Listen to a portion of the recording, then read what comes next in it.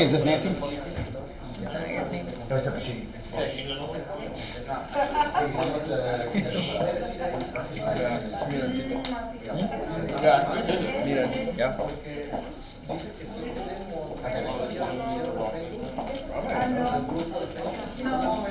Bro, and I went to Porter houses. My buyer wanted to see it, and I saw Leanna was there. Okay, guys, let's get settled in. Anthony, somebody's got. How's everyone doing? Great! How's everyone doing? Good. Good. I'm like, I know Strawn's not the only one here. So I got my mouth full. Jason said, I got my mouth full of food. Those burritos are so good. Zoomies, I'm sorry you're missing out. We have burritos here. It's so good, right? Sorry. Yep. We miss you. We'll leave you a couple though. Maybe. Bring one for me. All right, Clara. We'll have one in the All-Star office. Okay, did anyone do any lead generation this weekend? Anyone have successes? Challenges?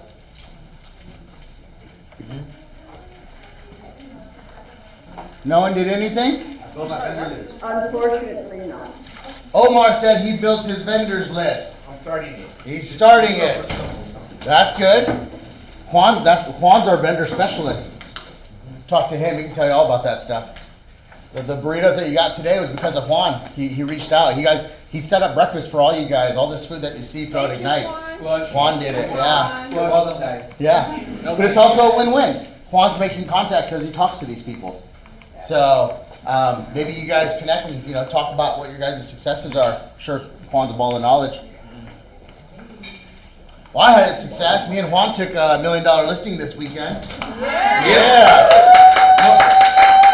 More like 925, but $1 million. I feel like $1 million.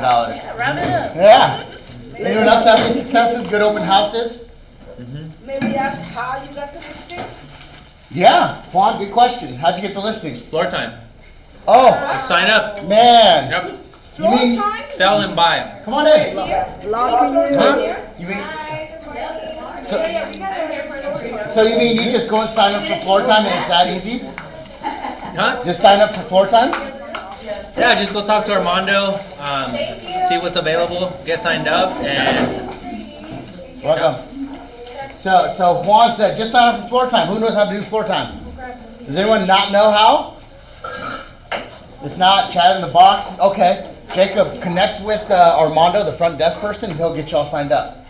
Every 21st of every month, you can go sign up. You can sign up for 2 shifts the first day. After that, you can pick up whatever you want.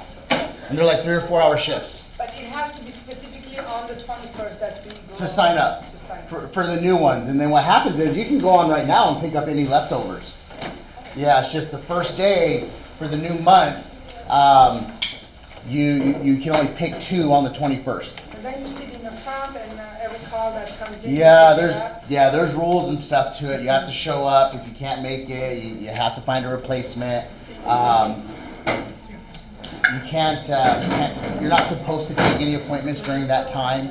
If you miss it, you could come off where they, well, I don't want to say ban, but they ban you for like a month. Yeah, so you got to follow the rules. Armando has all that stuff. I see, okay. It works, guys. Who does floor time? I got it today. Have you guys gotten a piece of business from it? Yep. Several? Yep. It's the easiest. It's so easy. It doesn't cost any money. Oh, wow, so people just call in, hey, I'm looking for Yeah. a house. Boom, bam. Yeah, that's what this lady said. She's a sell and buy. She's like, hey, I want to buy a ranch home out there. I live in Santa Clarita. We're built on top of each other. We really want a big house. So we went there, super sweet lady, and yeah, we listed it, and you're gonna help her buy it too. So that all came from floor time. That's awesome. Mm-hmm. Congratulations, guys. And Juan, did you put her into the database? I'm about to after the night. It was gonna get in there one way or the other, right? Yeah. Okay, guys. So today we're gonna be learning about. Oh, hold on, my clicker's not working. Today's session is called "Grow Your Database." What do you guys think are here when you see that or hear that? Adding to it. Adding to it? Yep. Putting more data, numbers. So So yeah, this is gonna be growing your database, how to get more contacts into your database. All the leads you gather must go somewhere to be stored and organized, and that somewhere is your database. Once your leads and contacts are captured in that container, your database, you can leverage your database to cultivate relationships and generate new, repeat, and referral business. How's everyone doing with their success systems?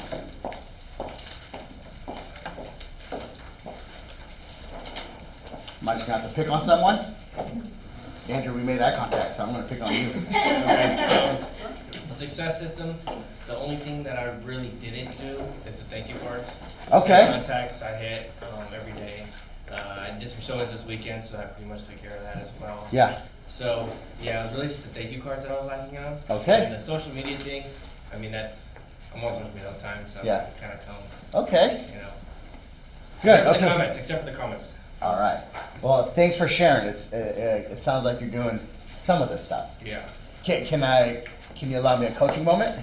100%. Okay. So I heard two things in there. It really was the thank you cards, right? And I hear really. When I hear really, that means there's something that's not being done. You kind of went into it at the end too. You're like, well, I kind of do social media, except for, right? And so if we're talking about being accountable, and I heard you mention, hey, I did my 10 contacts. I did my 10 new contacts. Yeah. Contacts in, okay. And was it 10 out of 10? Was it 11 out of 10? I didn't try. Oh, didn't track. Gotcha. Okay. So what would you say? Going down that list was, can you say, yeah, I hit 10 out of 10, 10 out of 10, 10, 5, 1, or was there room for improvement? Room for improvement. Okay, cool. So we celebrate the wins for just a minute, and then we get back to work. And so it's like, okay, I did this, awesome, great, and this is what I got from it. But what parts did I miss? Does that make sense? So what's the one thing that you can do to keep you on track and make sure you hit those? Just track my numbers. Track the numbers? Yeah. Did you meet with your accountability partner? So maybe talking to them, having a conversation around that and saying, hey, I'm messing up. I'm not tracking my numbers. Who else is doing the success systems? Or who isn't? Well, you guys got to be doing one or the other. Isn't? Zoomies, how about you guys online? Ramses, how's everything going? We made eye contact, so. Good morning. Uh-oh. Did we lose him? Yeah. He's like, okay, well, let's see. Yeah, go ahead. I think Jason, something you're on. that worked for me, it was sending constant email towards the database, and that kind of reinforced the two families that I worked with over the summer. Okay. It kind of reminded them, like their goal and things like that. Through the email, made a difference, which I have to get back on because I think that was all the email. So you're sending out emails? Okay, good. Congratulations. And are you making contacts with that? Or how are you doing with your 10-4? How's that helping you with your daily 10-4? Honestly, if I have, this is the thing, if I have, honestly, I try to accomplish the goal per day. Yep. Do the 10. Yep. But usually I get stuck into third, fourth, 5 calls, and then something else pops up. And then it's like, okay, like I know I have to do it. Yeah. It's just I have to organize a little more my priority. Yeah. And that should be the 10, 10, 10 in order to have at least one escrow open per month. So what I'm hearing you say is that you are doing some of it. You're like, hey man, I'm doing it, I'm getting 5 or 6 in, and I know I need to do more, but sometimes I get distracted. Or sometimes I just don't do it, I don't want to do it, or I find something else, or I forget, or life happens. Does that sound familiar to anyone? Is anyone else like that? That happens to me. Yeah. Yeah?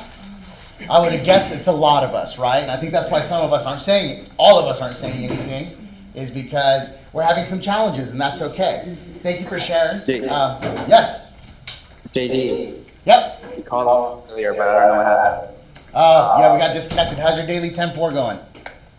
Yeah, I know my numbers, but I'm not hitting them because because I haven't been fully purposeful. But yeah, that's me. Okay, good. So I heard you say I'm tracking my numbers, and then you kind of cut out. What was that last part? So I know my numbers. I just haven't been hitting them Okay. because it hasn't been purposeful. I've been letting myself get caught up with what's currently happening with like my newer leads. Yeah. And then I forget to like, well, I don't forget, I just put lead gen more toward Okay. the back burner. Yeah. Yep. So what you're saying is, hey, I'm doing a good job. I'm tracking some numbers. I'm hitting some of that stuff, but I prioritize some other stuff over my lead generation. Does that sound right? Sounds about right. Okay. I think that's a lot of us in here. That happens. You got to ask yourself, is a mindset, skill set, or a habit? Kind of answer that to yourself. If anyone wants to share, go ahead. But I would, from my experience with myself, but also working with a lot of agents over the years, it's usually mindset. Mindset and then habits. Does that make sense? It is for me. Yeah, I think it is for a lot of us. And so I would encourage all of you to practice the Miracle Morning or read the book The Miracle Morning, but most importantly, practice it. Because what the Miracle Morning does is it helps prioritize you and your mindset in the morning, pretty much pumping you up and saying, hey, you can do this, you go out there and get it done, and this is what's important. I think what happens is a lot of us show up to the day unprepared. We don't wake up and own the day. And so what happens is, we're sluggish. Oh gosh, I gotta do this lead generation. I know it's not fun. I don't want to make that uncomfortable call. I've been making calls. I don't want to go out and do an open house. It's hot. But when you wake up in the morning, you remind yourself of why you're getting up to go and do what you're about to do. It's easy to use that as leverage. Does that make sense? So I would encourage you guys to practice the Miracle Morning. Practice with your accountability partners too. Hold me accountable. Have some deep conversations because success is simple. It's just not easy. It's there. Do you guys think when you follow your daily 10-4, your success systems, you're going to get some success from it? Yeah. For sure. For those of us that are doing some of it or all of it, we're probably already experiencing it. Just imagine what happens when you follow it to the T. If you're a robot and you're like, got my 10 contacts, got my 10 new people in, 10 thank you cards out, did my social media. By the way, it's possible, right? Does that hit home with anyone? Does that help? Yes. Okay, cool. So continue to do your success system, guys. I'd love to see some of you really rocking and rolling at the end and saying, hey, I'm hitting all my contacts and doing all this stuff. You will reap your fruits. Okay, today's session, we're going to talk about a few things. We're going to identify the key information you need for your database, for the contacts in your database. We're going to determine and segment your database, so categorize your database. And we're going to build your database by asking your sphere of influence for referrals. To start thinking about what you will learn today, let's consider what questions you might have about a database that you'd like to know more about. So we're going to do this. We did this last session. It's take 2-3 minutes, discuss it with your neighbor on what are some questions that you have around database or growing your database, identifying the contacts, what information you need for the contacts, categorizing them. Just what questions do you have with the database in general? Database, data bank. Let's take the next couple minutes to go and discuss it with your neighbors and write a couple questions down, okay? Ready, set, go. For you Zoomies online, go ahead and just type a couple questions in the chat box. First about the database, growing it, that you like to get answered or get more info. So I promised them to work it out. Do you have any questions? Don't overthink it. Keep it simple. How do I get the next escrow? I'd be like, how do I get my next escrow? Yeah. On my database. There's no one question. If I was in your shoes, I'd be like, hey, how do I get my escrow? What's an How do I get example my of escrow? an effective way to add Right now, teach me now. not just add their name? Why not? What do you do? Like, how do you I'd probably tell you to go make 1,000 calls. instead of just putting their name out? what information you need, what verticals. Yeah, what information you get from them to make it like a good product. Not just a name and then you know nothing about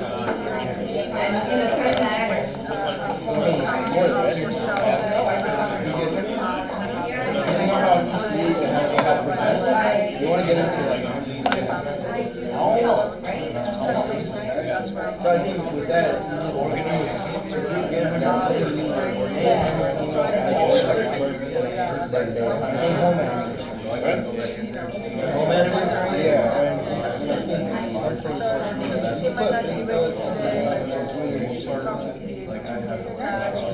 Right, and by sending that,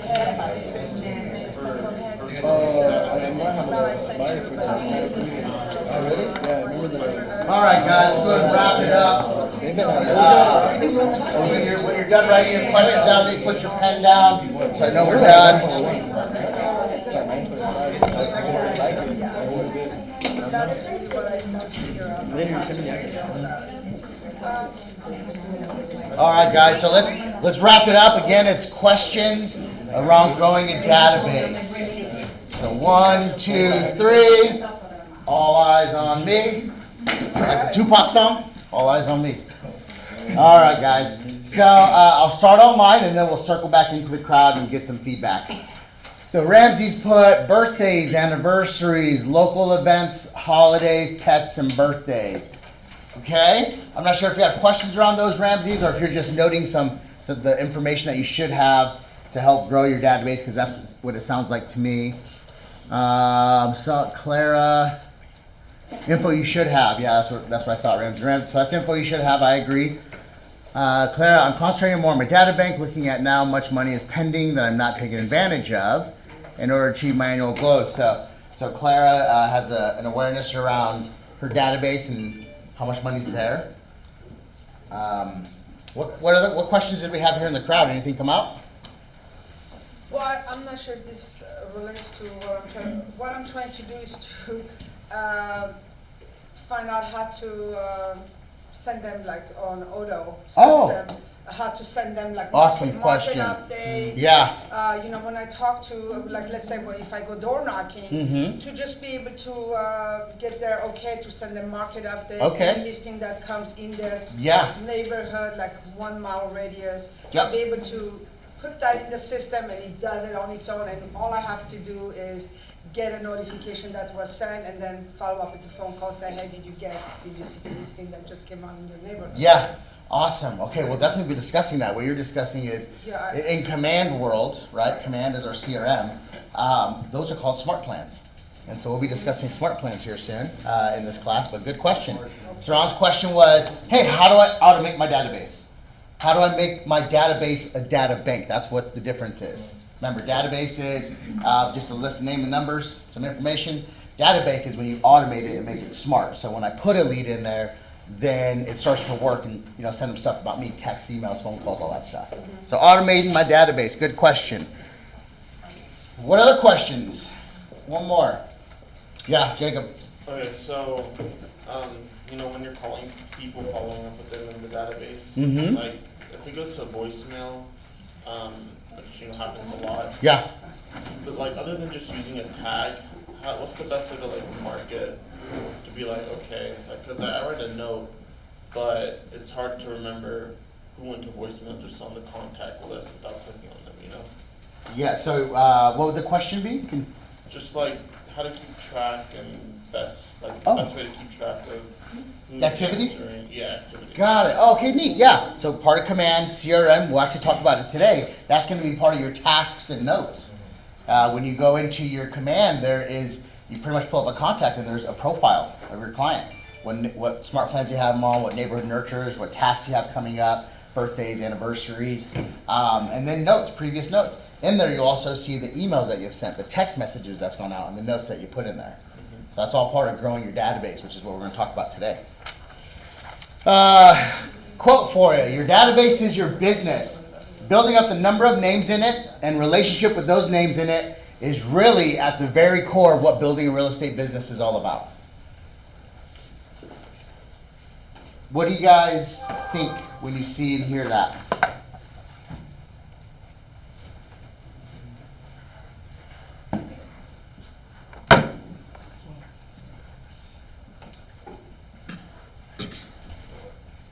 What we think, Yeah, just let's get to work. let's get to work. It doesn't bring any value to you guys on what your database is worth. You guys haven't realized yet that that's your priority in your business. A lot of us think it's about taking pictures with clients and sharing on the social media, or hosting really nice open houses, driving nice cars and getting paychecks. Like, that's all the beautiful stuff. But at the core of our business is building relationships with the people we know. If you haven't figured that out yet, you're gonna have a problem. So when I say, hey, what do you think when you read this? I hope your guys' mindset is, oh shoot, I realize I need to work every day and build those relationships with the people that I know, like, and trust me. The sooner you grasp that, the sooner you're gonna build a really nice real estate business. If you don't, you're gonna be working 10, 20, 30 years in this business, always chasing a paycheck. Because you're unorganized, you're just getting business that happens to fall in your lap. We call it lay and pray. Yep, that's what happened to me all these years. It happens. I'm victim to it. Yeah. For the first 7 years of my career, I've been at 15 years, I did it the wrong way. I'm here to help you not take 7 years to make that mistake. I have a comment that's really funny. It's funny how every time I approach the people and stuff, even on text, they're like maybe they kind of already had experiences before with other sales agents, whatever, real estate. And you know how we're supposed to keep trying to build a relationship, right? But they keep it so blunt, like, dude, I'm not trying to sell anything to you. I'm just trying to say hello, and they cut it off or something. And that's kind of like, it tells me that I need to keep trying, because do your people thing. are gonna do. Someone needs you out there. Doesn't need it, yeah. That's a them problem. That's not a you problem. That's a them problem. I'm just here to help. You're just here to help. If they're upset with that, that's their problem. My opinion. Keep doing you. Yeah, just say, I know you have a busy day. I'll be like 15 seconds, just. Yeah, I mean, Just give them a heads up that you're gonna be very short, so they won't hang up. Practice your scripts. But a lot of the times I'm not thinking about, because we're all emerging into a business where we're learning how to do it the right way. So now it's like, okay, I need to do it professionally the right way, no emotions or feelings attached if they don't want the services. But at the same time, I'm thinking, like, oh my God, that actually hurts a little bit, because those people that you do want to have an actual, honest, interior relationship with, they cutting you off because they think you're trying to Okay, guys, let's not turn this into a conversation. I would say if you guys want to discuss it more, discuss it outside of class. Discuss that with your accountability partner. Those are things that you actually discuss with your partner and say, how do I get better at this? How do I deal with this? How do I work with this? It's just part of the business. Keep doing you. That's their problem. Just practice your scripts. Show up professional, and if that's a problem for them, that's their problem. And then you just move on to the next person. Someone needs your help out there. Okay, so today we're going to talk about what is a database. Well, let's start with that. I think we all know this already. They've kind of drilled it into our head, but for a quick recap, database is the container that holds the contact information for all your leads and contacts. We distinguish people differently based on permissions we have to connect with them. Who remembers the difference between a lead and a contact? Let's start with the lead. What is a lead? Someone who's showing. Yeah, what was it, Jackie? Someone that is showing interest. Someone that's shown interest. Have you had a two-way conversation about real estate yet and got permission to follow up? Technically, no. A lead is someone that says, hey, I want information about that house. And you called them, but they haven't picked up yet. You've texted them, they haven't responded. That's a lead. A contact is when you finally make contact and you say, hey, look, it's been such a pleasure talking to you. I look forward to working with you. How can I be a source of real estate for you? I'll send that list of homes to you. Once you have a two-way conversation about real estate and get permission to follow up, that becomes a contact. Are we clear on that? Yes. Good. Many top agents have successful businesses working with sphere of influence. All of us do. And you can too. This is why we focus on sphere in our success system.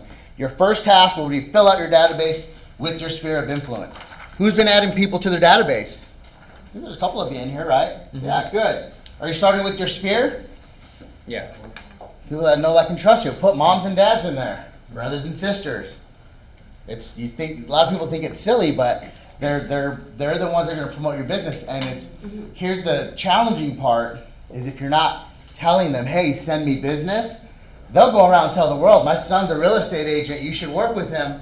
But then they're not purposeful in getting you guys connected. They just say it. Does that make sense? And the more you talk to them about, hey, I need your help, please send me business, the more they're going to send business your way. Who remembers this picture? I do. Yep. The funnel, right? That's what we used to call it.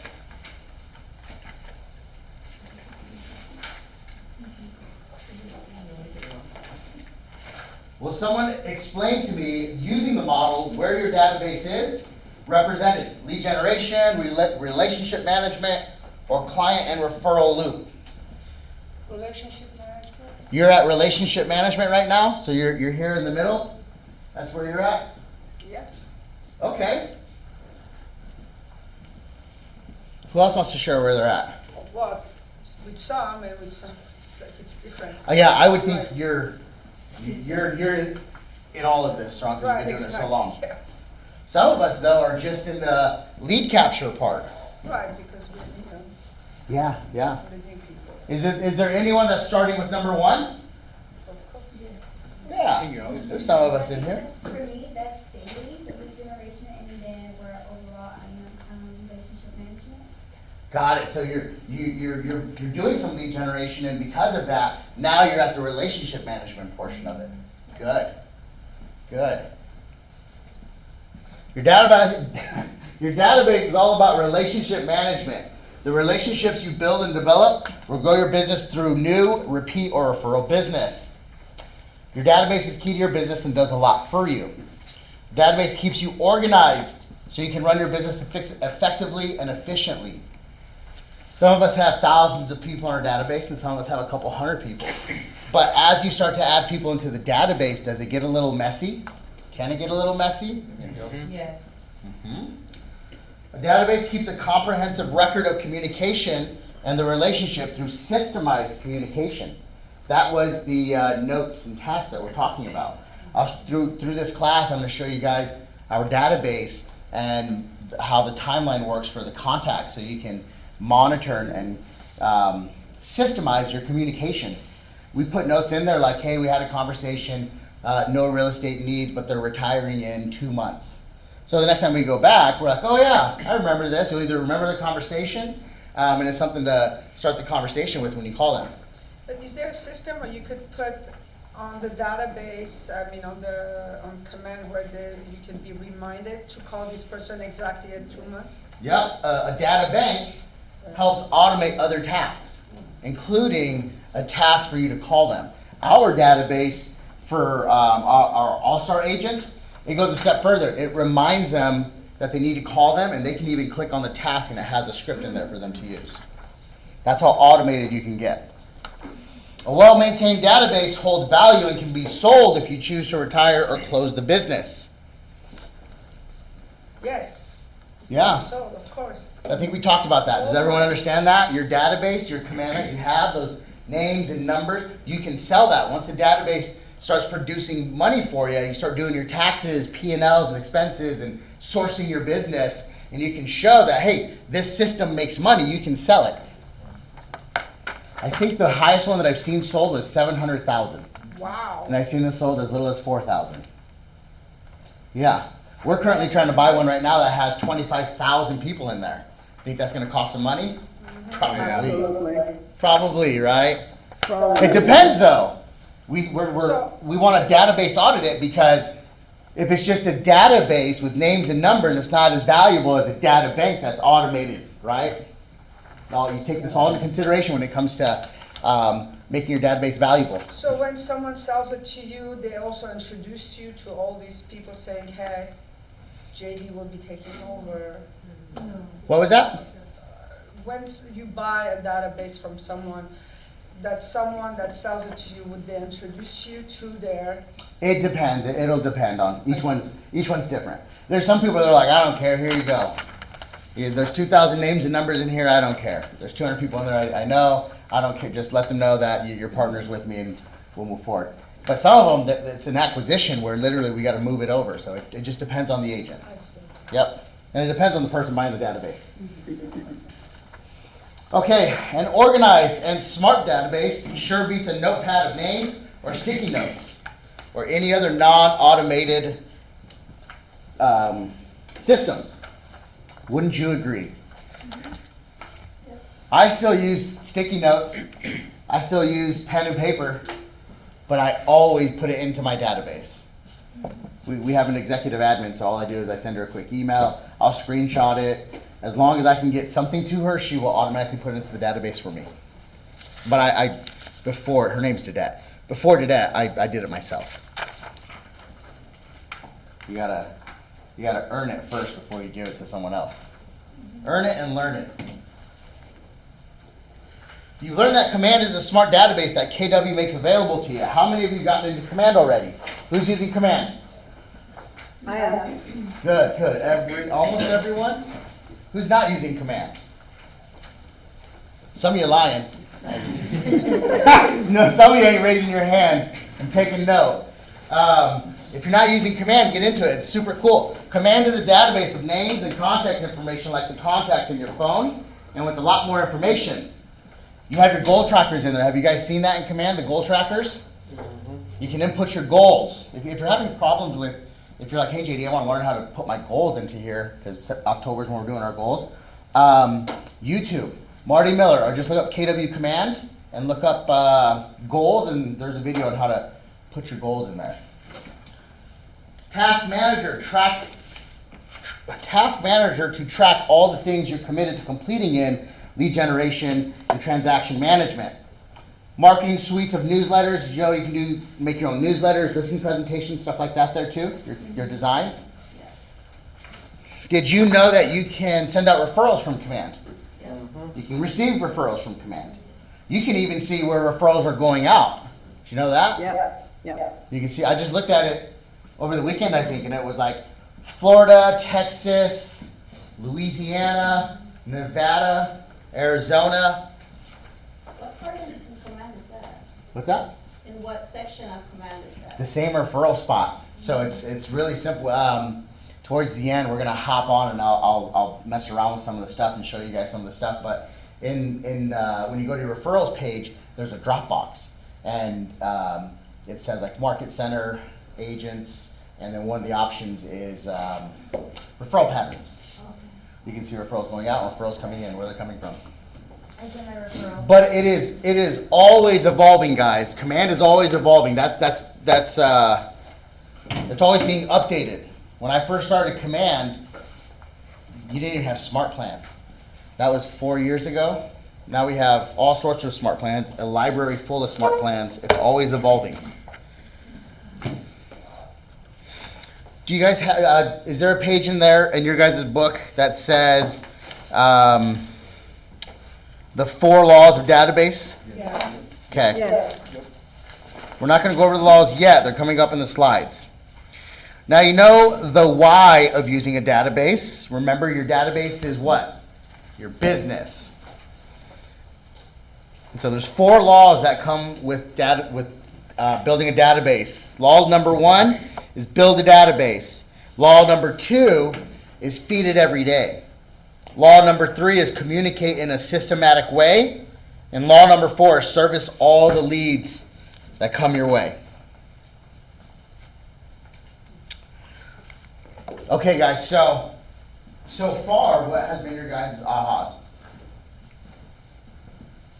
You need to pay attention to your database. You need to pay attention to your database. That's a good one.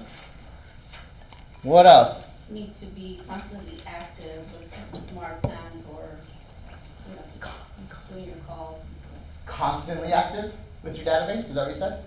Yeah. Constantly active with your database using the smart plans. That's the starting point of the day, I guess. Yeah. You have to build a relationship with your leads. You got to build relationship. That's the most important. Yeah. I was gonna say the same thing, value a relationship on a business professional level that can grow my business efficiently and effectively. Oh, wow. Yes. Beautiful. Valuable relationships. Anyone else? I also see that, when I first started last year, I was just taking all of these for granted, and then actually, it's your job. You have to take all of this into like a regular job schedule. Yeah. Because it's not like, oh, when I have time, I'll call later. Mhm. Because then you're not working. How expect So, to get paid? so I hear your aha is I have been taking for granted what I have here, and I need to treat it more like a job and make sure that I'm attending these classes and doing the work behind what my job is. Yeah, yeah. I like to ask myself every day, if I was my boss, would I fire myself today? A lot of us wouldn't be here. I would be written up today. I was late. The first law is to build your database. You've already started doing this during Ignite with your 10 new contacts. That's the first law, is build it. You're probably doing this through what, phone calls? You guys doing it a lot through phone calls? Mm-hmm. Marketing? Farming. Farming? What about just general conversations? Mm-hmm. I was at a store Friday, leaving work, and I went shooting with a couple buddies, and they have a new store. It's called 308, so I've been going there, building a relationship with the owner.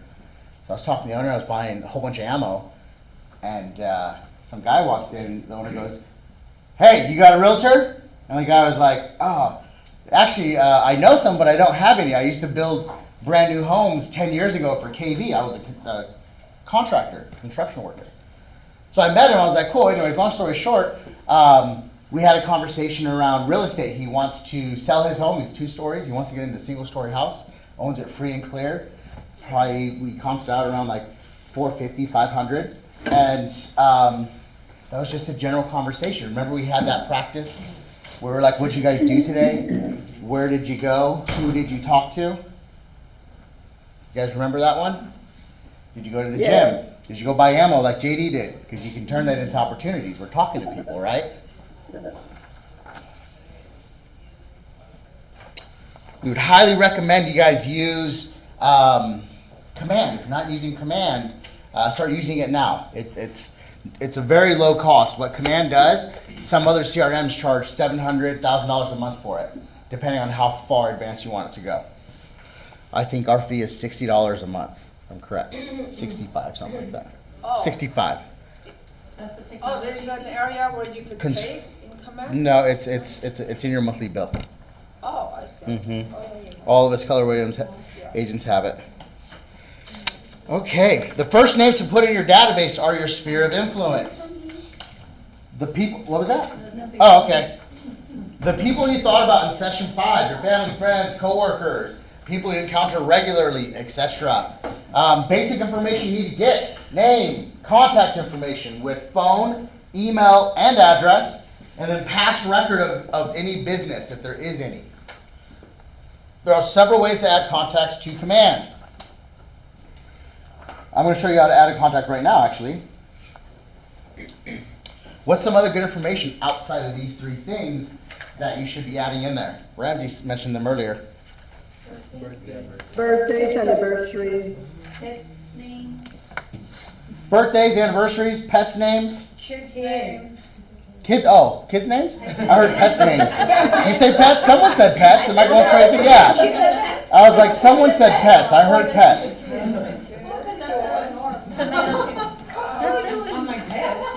Husband and wife. Is that 1 contact or 2 contacts? 2.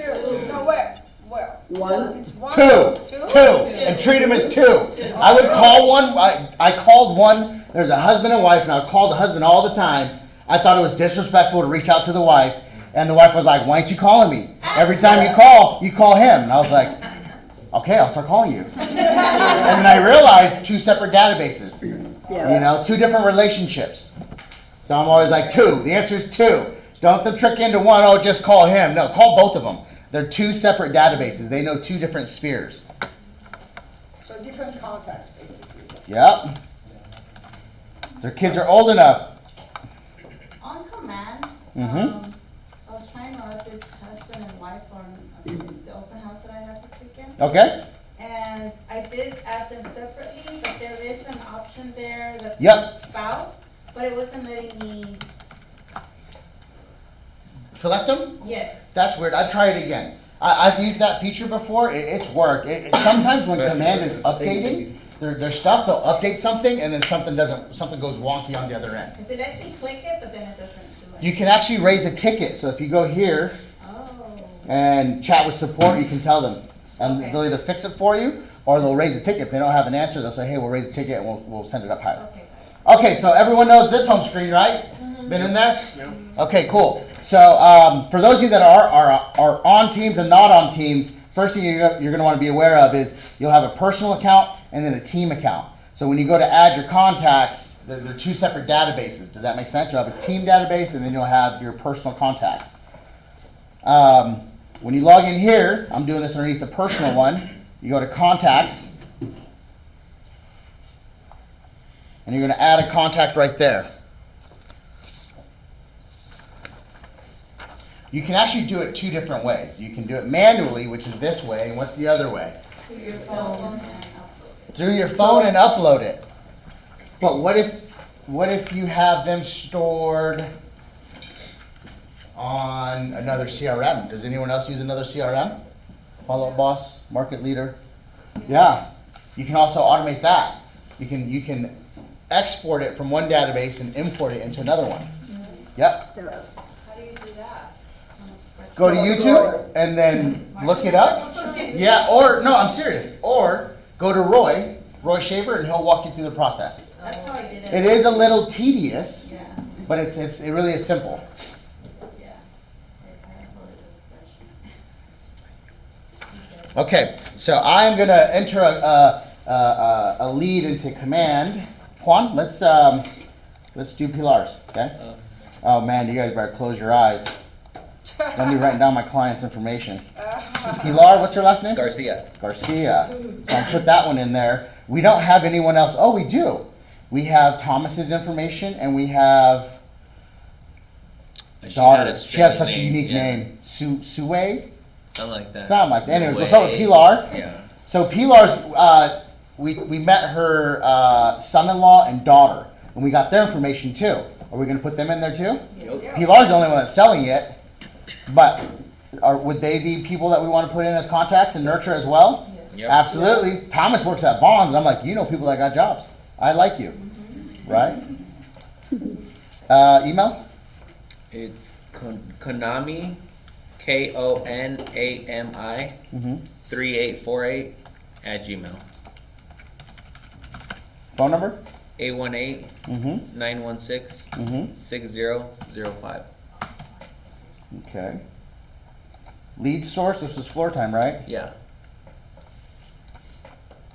The more you can fill this stuff out, the smarter your database becomes.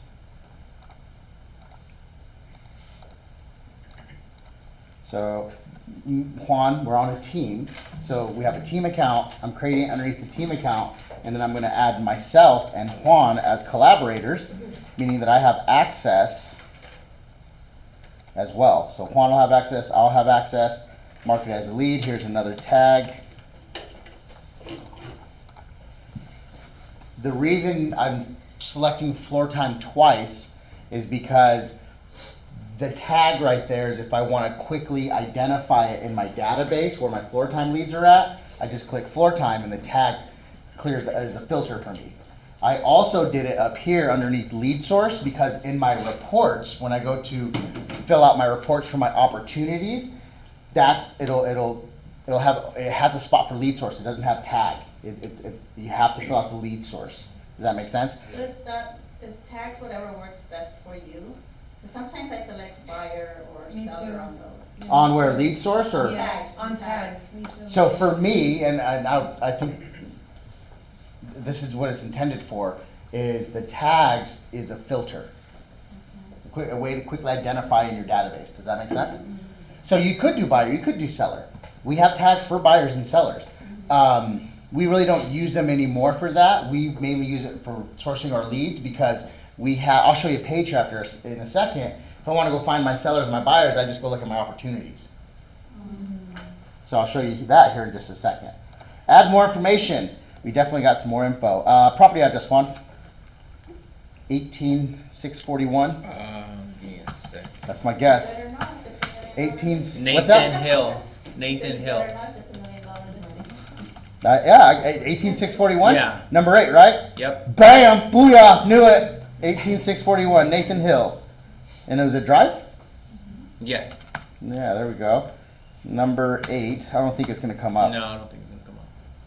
So I'm going to do Hill Drive.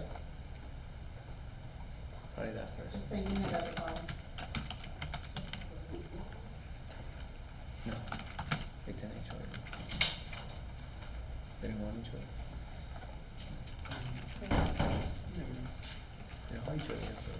The reason I want to select an actual one is because I want it to go to, I want it to add to the neighborhood nurture.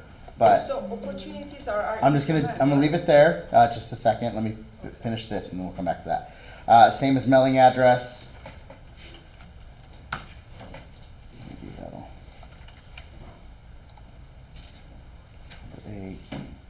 We don't have social media, do we? No. Okay. So I'm gonna go back, double check everything, make sure I got it. Okay, so now I'm gonna create it. Did you already put her in? Is she already in? Oh, she may be then. Oh, so if it's already in the database, it'll say, hey, look, there's someone in there already with that email. It's automatic. It goes from my brain to the. Let's take a look. We're not there yet, but soon. Hey, I'd rather him think it's not in the database than it be in the database. So Juan's like me, we're not very organized. We're goal getters, we'll go get things done, we'll win. We might leave a few things on the table on our way out to the appointment, right? So that's something that we work on. That's why I'm like, hey, for us, we're always second guessing ourselves, like, hey, go double check your work, make sure it's in there, because we know that's not our strength. Okay. Moment of truth. Oh, dang. Let's see. Now, one thing could be, this was actually in Nicholas's. One thing, is this her number? No. Nope, wrong one.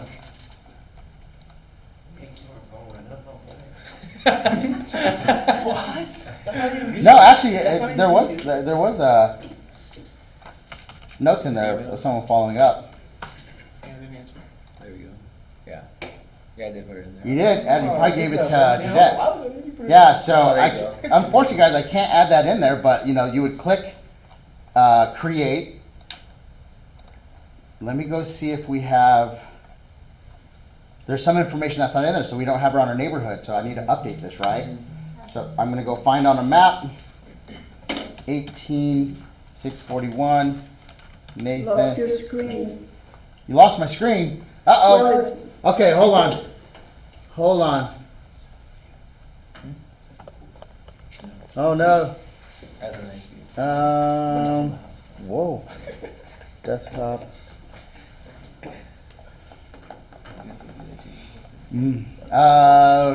Jason, could you go grab Armando? Let him know that the cameras are messing up, please. Okay, well, the show must go on though, guys. So I will fill you guys in on Zoom. We're gonna try to figure this out here in a second. But I'm still putting the contact in. I'm gonna add them to a neighborhood. This is the neighborhood that she's in, so I'm gonna click that one. It's called the Canyon neighborhood, and I'm gonna save it. We got that in there. I need to add myself as a collaborator as well. When do you add yourself as a collaborator? When? Yes. Right away, when you put the contact in, you should be assigning it to who's responsible for it. Okay, so we got that in there. I'm going to add a note in there. So this is JD. I put a note. Met with Pilar. Signed listing agreement. Wants to purchase a rural home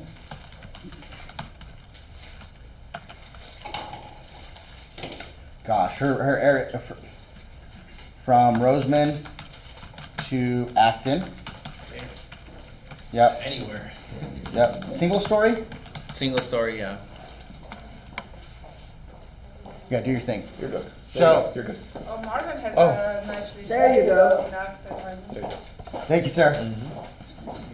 Single story, it has to have 4 bedrooms, right? 4 bedrooms, yeah, 3 bathrooms.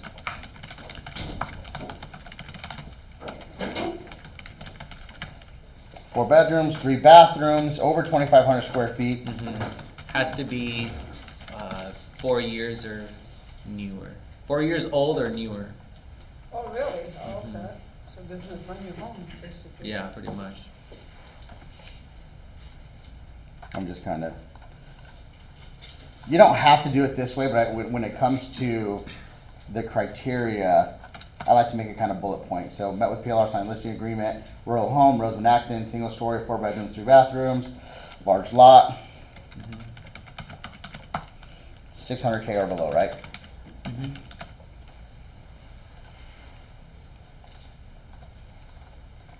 There's actually more stuff that I could put in here because we had a long 2-hour conversation. Juan, when you get a chance, fill in whatever I missed. Yeah. And then I'm going to go here. I'm going to add a task, create a task, and JD. I always do this. I put JD update file. This is just for me. I'm not very good at being detailed and saying JD, make sure you call, do this. I put JD update file, and then it points it out to me in the morning. Hey, I need to pay attention to this. And so I'll go there, I'll read my notes, and I'll say, oh yeah, this is what I'm supposed to do. You can also put notes in here too. But what I do know with her is we need to connect with the tax guy. Tax guy, send copies, get ready for photos. I'm gonna do this for tomorrow.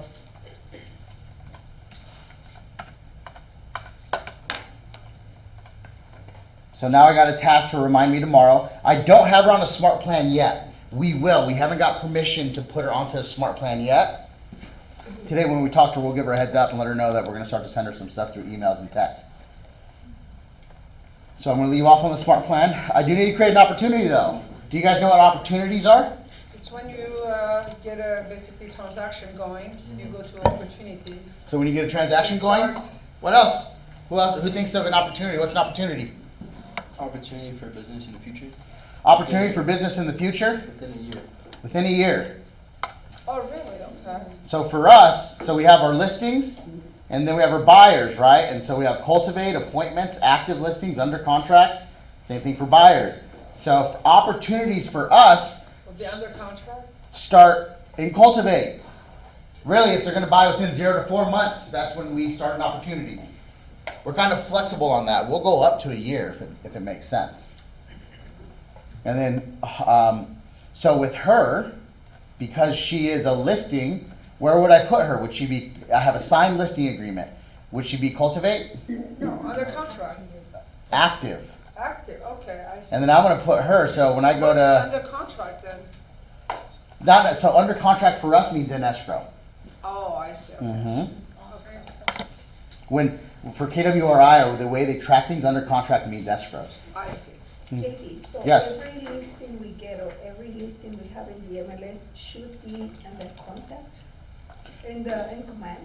Every listing? Every Oh, listing yeah. that we have in Yeah. escrow and Yeah. every listing we have in the MLS, not So, yet. so I want to go from listing. So when you say listing, I'm saying yes, but not because it's a listing, because that listing is attached to a person, and that's a relationship. So yes, that should be in command. That person, that relationship should be in it, and then their opportunity is a listing or a buyer. Does that make sense?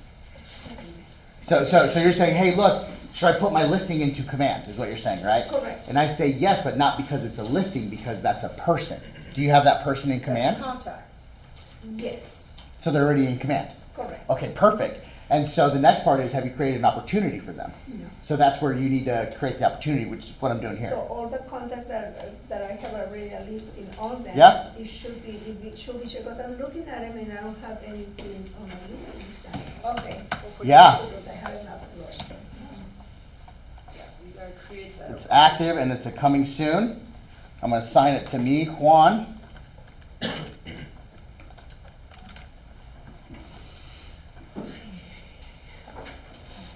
You want to fill this information out as much as you can too, guys.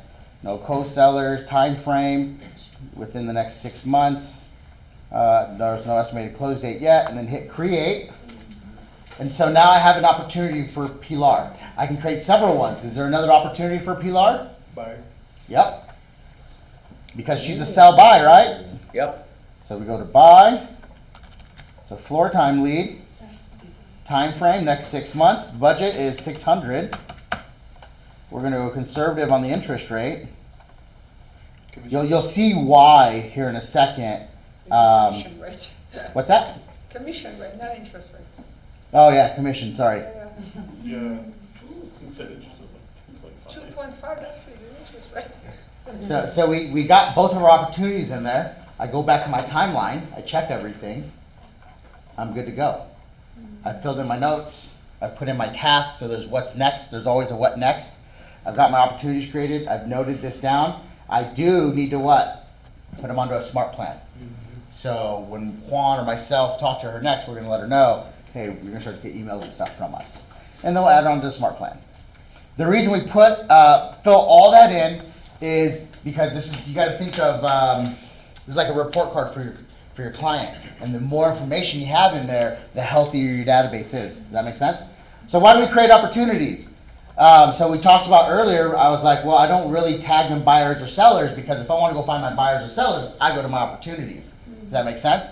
And so why do I want to know? So as All-Stars, every morning what we have to do is we start with this. We go here and we say, okay, who's the people that need my attention to right today? And then we start here. And we'll work from cultivate to, actually we start with our actives. And then, we start with our under contracts, then we go to actives, and then appointments, and then cultivates. We work our way through there. Does that make sense? And sometimes it's just, we open this up, and we're like, okay, here's our buyers. By the way, this is a team account, so it's different people's escrows, right? So in this case, this one is, Jason, yours? Yeah, that was mine. Is she in the right spot? No, she should be in appraisal. So now she's in appraisal area. Yeah. And then we have tasks here. Hey, did we ask for the appraisal to come back yet? Yeah. Okay. Is it in that value yet? Yeah. Came in? Yeah. Did we review it with the buyer? Yeah. Do we remove contingencies? Not yet. Okay, so I'm gonna leave that there. Is Why- this how they get notified what step of the transaction they're at? They can. They can. We don't have that set up yet. For us, we don't have that set up yet. But you can, yeah. Does that make sense? And so now, we go through that for all of our opportunities. The reason we want to have this is because I can literally, this is a team one. If I was to do Juan's, boom. And now I can actually see, like, if you guys want to give you a reason to lead generate, Juan wakes up every morning and he's like, I have 140,000 in potential commissions for listings. And what's probable is about 50,000. I have about 500,000 in approved buyers or buyers that are looking to purchase, and probable income is 111 grand. That's something nice to wake up to, right? Motivate me. Now, the difference between potential and probable is as you move them further along, they become more probable. Does that make sense? Mm-hmm. So you'll see we have percentages here. 5% probable. Oh, listing appointment set, 10% probable. Once we get the listing agreement signed, 30% it's going to close. And so on and so on. Does that make sense?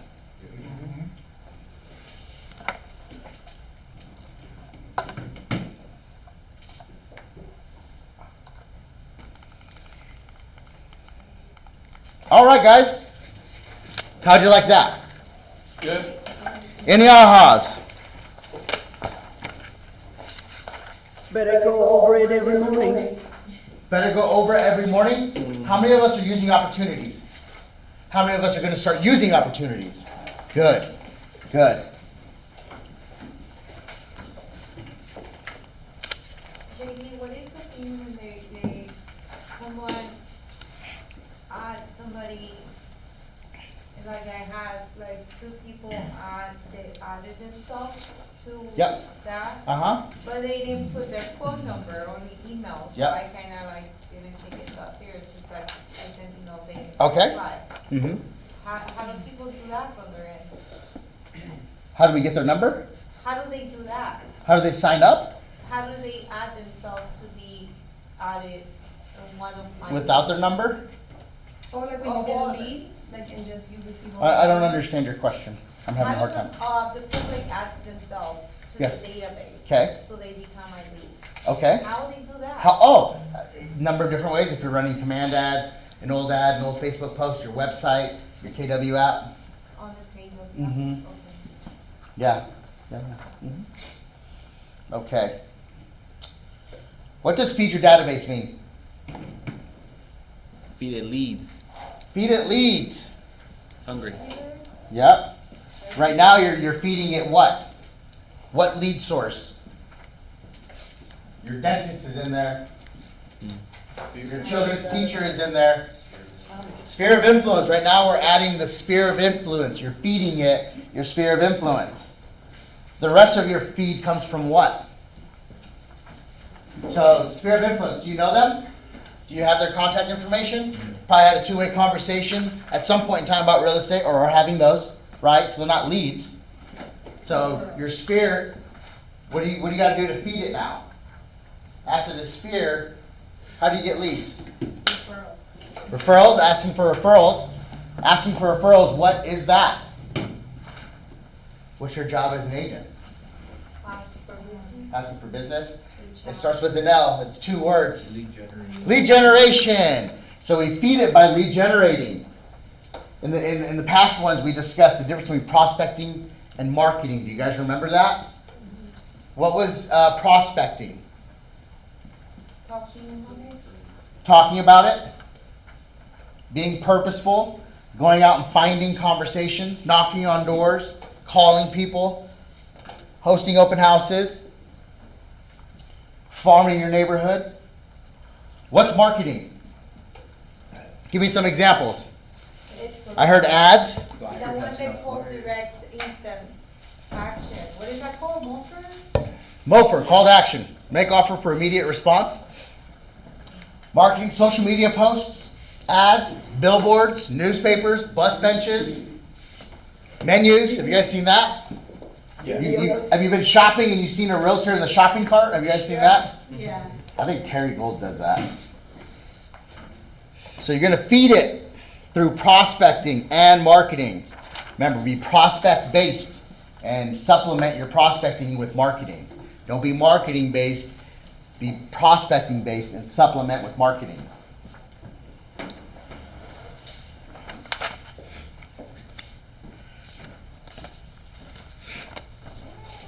So writing letters is marketing? Uh-huh. Okay. Yeah, I would say that's more marketing. So, thank you notes will be part of marketing? Yes. I would say so. All right, new business comes when someone in your sphere begins thinking about buying or selling and they think of you. Repeat business comes from clients you've helped in the past who are so pleased with the service and experience you provided that they ask for you again. Referral business comes from clients who have used you before or know of your stellar service and recommend people to them, recommend you to their sphere. Gosh, that was hard to say.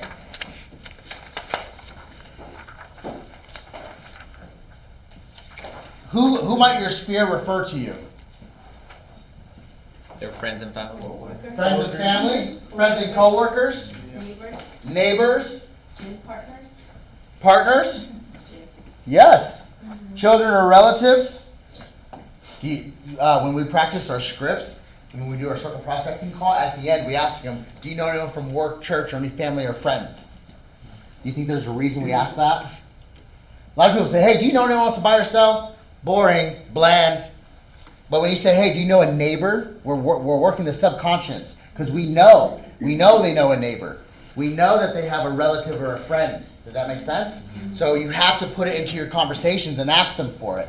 If you say, hey, do you know anyone? They're like, no, I don't. But when you say, hey, do you know a neighbor? They're like, neighbor? Oh, yeah, you know what? I was just talking to JD down the street. How do you ensure that they'll refer business to you? Staying in touch. Staying in touch? Build a good relationship. Build a good relationship? Adding them to the database Adding them to the database? What about just asking for business? You gotta ask them, right? Right. Should you explain to them why they should send referrals your way? You'll send referrals early. What's that? If they're a vendor, you'll send referrals early. You could do it, yeah, it could go both ways. That's why you're building how you're building your business? You could tell them that you would treat whoever they refer you to like right and do best by them. Yeah. Do they know how to refer business to you? Sometimes they don't. A lot of times they don't. You actually have to tell them. Like, hey, if you have someone that you come across that wants to buy or sell, stop everything and call me right then and there. It could be literally that. Stop what you're doing and call me right then and there. I'll drive over there myself. What's that? I'll drive over there myself. I'll drive over there myself. You also want to let them know how important it is. Like, hey, my business thrives off this. You guys ever seen the tagline, your greatest compliment is a referral? Explain that to them. Like, hey, if you really like my business and you really care for me like I care for you, please help me out. Help me feed my family and continue to spread the good that I do. And then by thanking them with a gift or a referral. I have green envelopes, and whenever someone refers something to me, I'll be honest with you, I don't do it every time. I wish I was more systemized and automatic like that. For the most part, I do. If I'm in the office, right then and there, I have to go grab a letter. We have green envelopes, or I have green envelopes, or the team has white envelopes, but I use green envelopes. I've been doing it for years because when my clients get it, they know it's for me. They know something is in there. I'll usually put scratchers or something. I do it at the time of the referral. Do I give them money for referring people to me? I do not. But I do tell them, I say, hey, look, I really want to pay you for your referrals. You're thought about joining real estate. Because if you get a license, I can give you a referral fee now. And I explain to them this, look, put it this way. You just referred Albert and Liliana to us, and we just closed escrow on them. The commission was $14,000. The referral fee on that, if you were licensed, would have been 25%. That's going to be about $3,000 just for name and number. I have a free real estate school. Are you interested? So I'm trying to get my clients to get licensed to encourage them to send referrals to me. Think that's a win-win for both of us? Yeah. Right? Maybe they might actually get into the business and then they sign up under You build your downline, you build a referral lead, because what happens is all of us have relationships with people. All of us know people. We have our own or our sphere. There's other ways you can feed your database. Encourage the people you know to write a testimonial about you or your review of the service you provided them in the past. When you post these on social media through your agent site or any form of marketing, you may attract leads. So it's saying, hey, go get a testimonial and post that testimonial. Did you guys know that through KW Command, through your website, you actually have a testimonial page? No. Huh, who would have thought? Oh my gosh. How do you access that? Ooh, go to YouTube and look up testimonial Roy, page. That is not in today's class. I'm going to be honest with you. A lot of the stuff you have to go do yourself. No one's come to save you. Talk to Roy. What's that? Talk to Roy. Talk to Roy or go to YouTube. I wish I could take time and do it with you guys. We do that sometimes, but that's not today's class. That's not. Go talk to Roy. Go watch the YouTube video. Yes. Do they have to close with you to make do a... Nope. Nope. I'm like, hey, do you like me? You like the information that you're giving me? You love me? I'll tell my mom to go write a testimonial. Anyone can. Anyone can. JD. I just posted on you. I know Andrew's seen it. You liked it. I just posted a 45-second testimonial from a client from 2 years ago. Also, I could go past because Yes. my problem is I closed so many transactions. I never got a testimonial. I Look, got a few yeah, videos. you know an easy way to identify who will do that for you? The people that send you business. If they love you enough to send you business, they'll do a video for you. Well, even if Right? I haven't yet, they'll still give me. Any other questions? I had a quick question. Yeah. I kind of missed it out, but are you saying that there's a way to get testimonials or reviews through Command? Yes. There's a testimonial page on your own website. I'll have to look at that. Yep. Well, thank you. You're welcome. Offer an item of value related to real estate on social media, and people opt in to receive it. This could be a real estate update on the market in their area, which conveniently is already created for you in Command. Items of value, what can you offer? Couldn't they go back to your, get what it's called, like your value list? Vendor list? No, it was, The UVP? Equity analysis?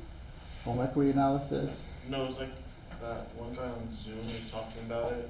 I forget his name. Ramses? Thomas? Tom Paul. Yeah.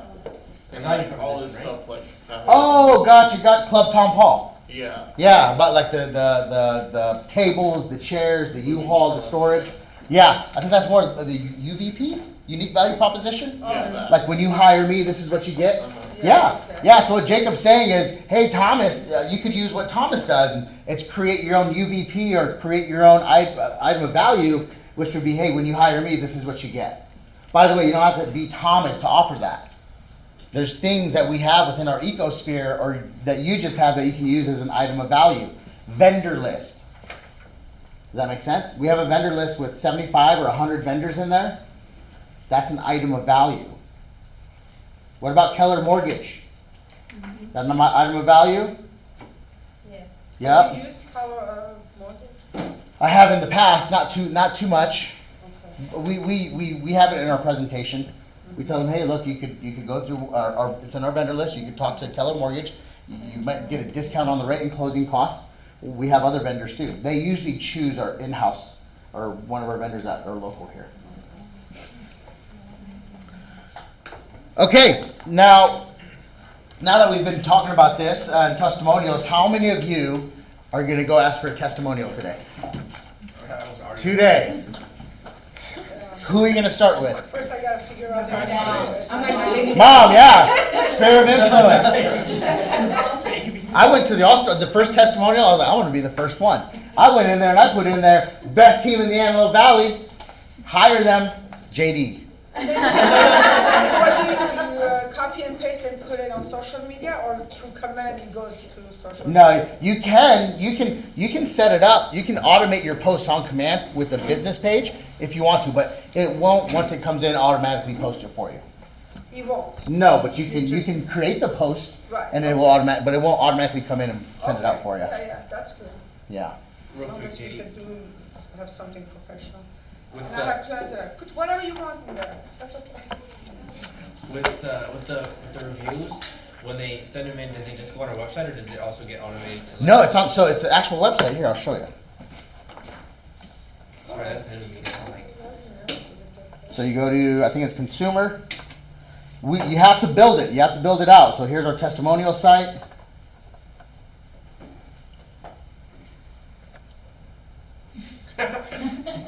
GQ right there. It's only funny because I know them. So this is where they can fill it out. Oh, okay. And then, let's see, this one is, oh, this was mine. When you choose me as, no, that's just what we put there. Hold on, the testimonials, I think it's right there, right? It says JD? Oh, no. No, that's just what when you choose us. From our clients. Preview. Maybe that was There me. should be two our clients. Maybe that was me. I can't remember. Oh, it says JD to follow. But so what happens is you get to pick the testimonials. So what, do you send it to them and they fill it out? Yep. Is that what it's happened? Well, Yeah. if they tell you just go ahead and put whatever you want, I'm good, you're the best. What's that? Well, some of my clients is like, just put whatever you want. You know, they'd be like, I'm good. So ours, this is what it says. This is what ours says. Oh, I gotta sign in. It's actually a template. It can be as simple as, hey, can you please leave a testimonial on what you thought of my services or what it's like working with me. Don't overthink it. Don't get into it needs to sound perfect before I call them. You'll don't do that. You'll never do it. That's the ready, aim, but never fire. Ready, aim, fire. Make a call and then make it better after that. Make another call, do it after that, and get it better and better and better. You'll find out what works for you. But if they tell you, go ahead and put up whatever you think is best for you, I'm good with that. Can you just fill it up yourself? What was your question? I have a client, she's an older lady, she's like, I asked for testimonial, she's like, put whatever you want, you know, I'm really happy with your service, just do it for me, to do whatever you want to do. So, is it okay to do that? It has to come from somebody else. She wants you to do it for her? Yeah, she's not computer savvy for her to go in there, so she's like, just put whatever. Can she write you a letter? I guess, yeah. She's talking about doing it from her end. Yeah, I understand. I get that. I prefer not to. There's just some magic behind them doing it. I feel like it's more authentic. You could. You could. I mean, I'm not going to sit here and tell you no. If it was me, I'd say, hey, look, can I come help you do it? Can I do a video? Can I just record our conversation? Yeah, actually, I have few videos. How do I put the videos onto the testimonial? Can you? Ooh, that's a whole other class for a whole other day. Not today, though. Okay. Yeah. I think So this is what we send out. Yes or no question, that's all. No, I don't know. I hope this message finds you well. I want to reach out and express my gratitude for the opportunity to work with you as your Keller Williams agent. It was a pleasure to help you achieve your real estate goals, and I hope the experience was positive for you. I'm reaching out because I was wondering if you could provide a testimonial. Your feedback can help others who are looking for a reliable and trustworthy real estate agent like myself. If you're open to it, I'd greatly appreciate it. And there's instructions here on how to fill out the testimonial. You know where I got that from? ChatGPT. I knew it. Yep.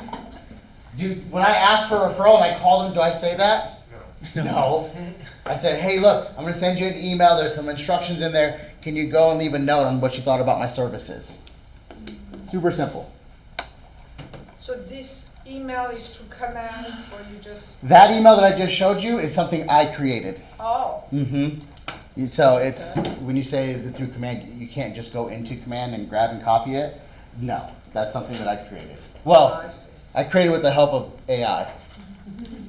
Okay. Yeah, just go to ChatGPT and look up testimonial request.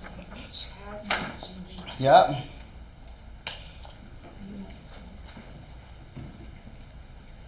Okay, guys, let's team up into pairs of 3 and 4.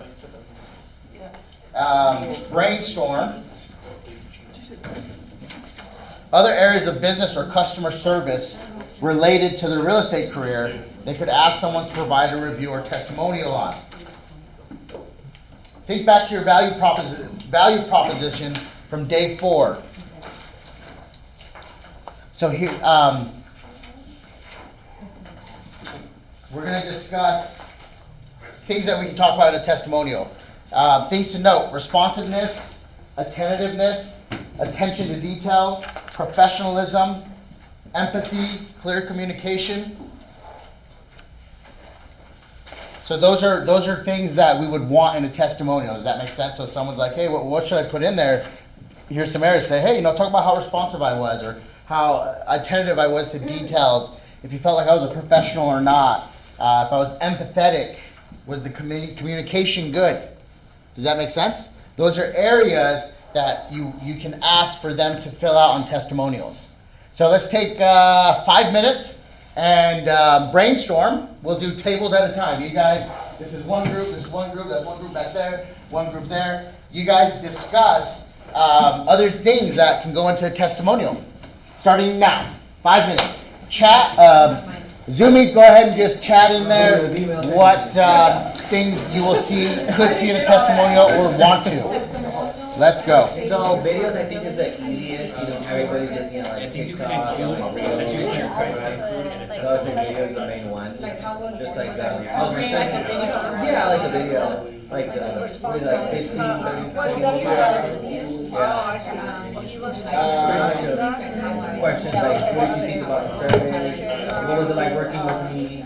Yeah, I think well, depending on how you work, I think it'd be good to include not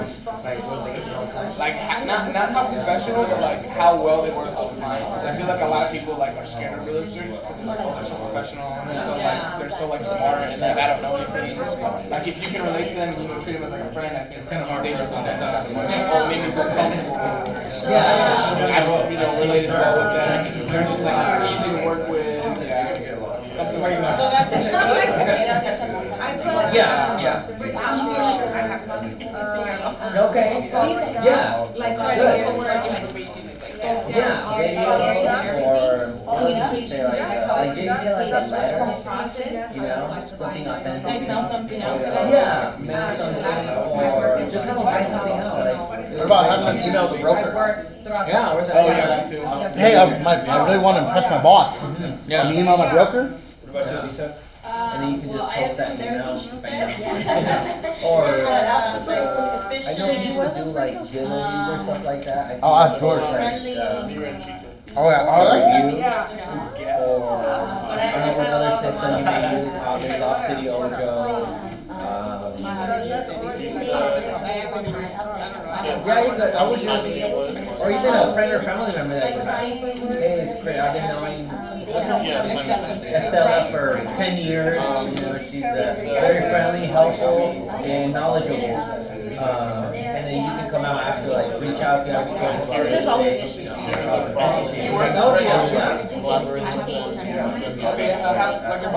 would be When you ask for it, that's all.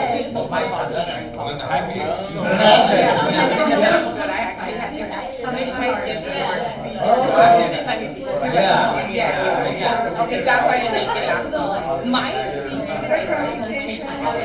Okay. That's a good myself. Yeah. For me, I would say negotiating skills. Yeah, because I just want my license. And then also, did I do everything? Yeah. I think everybody starts that way. You know, everybody does that same Things thing. like that, making sure that I would just say just have conversations with them. It's like you're, I got two extras on. He's got a full-time job too.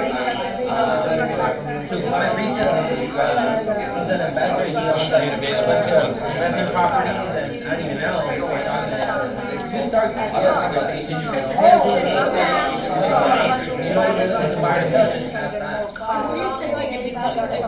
anything else? well, that's not what my conversation is. I can go over all the programs with my lender. When do you have time? Yeah, on the lender. On the back end. Yeah. 3.5 down, 0 money down, and then have a regular payment. 3%. Yeah, but I was never exact. Even if you don't have all the information, starting off always but as you get experience, you get to know, oh, they asked me this a lot. Oh, my credit's bad. Oh, I need to talk to my wife. Yeah, that's exactly right. Yeah, I haven't done any paid testimonials yet.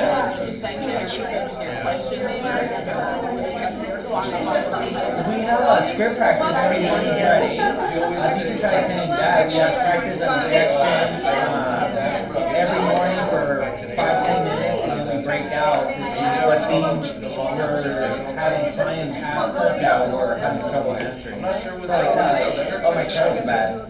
Okay, yeah, something like Spanish style that you might think your credit is bad, but we soon we'll find out. All right, guys, let's wrap it up. I hope you guys got some notes. How did you start? So yeah, it's just practice. But we have scripts every day at 8. The problem is right now I had to change my schedule, so I start my job at 17. And it's right after. All right, guys, let's go ahead and wrap it up. Yeah. 1, 2, 3. All eyes on me. All right. Good job. I heard some good stuff out there. Who wants to share?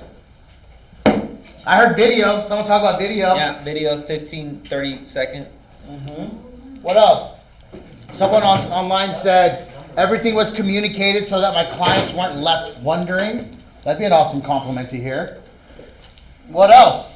I was saying that you know, a lot of people look at realtors like they look at them like they're scary, like they're like, you know, they're always in a business suit. Oh. They're scared to talk to Intimidating? them. Yeah, just so like. Oh, let and them it know was how, easy to talk to? Yeah, like easy to talk to, like relatable, you know. Okay. Comfortable talking with them. Yep. What else? Had good communication throughout the whole process. Good communication. Also, like, close the transaction in a timely manner. Close in a timely manner.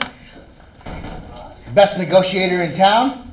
Yes. Yeah. And go the extra mile, always. Go the extra mile. Yeah. So all good stuff, guys. I want to give you guys, here's some examples. This is actually the one I was looking for on our website. I don't know why it wasn't on there, but this one was actually Nick's. Yay, Nick, good job. I see 5 stars. Where to begin? Nick has been nothing but excellent with what he does. To start off, he's been very patient. That's something that should be in every agent. Patience. He's been very understanding, sympathetic, and caring. He even went out of his way to help us move on his free time. I didn't know that until I read that.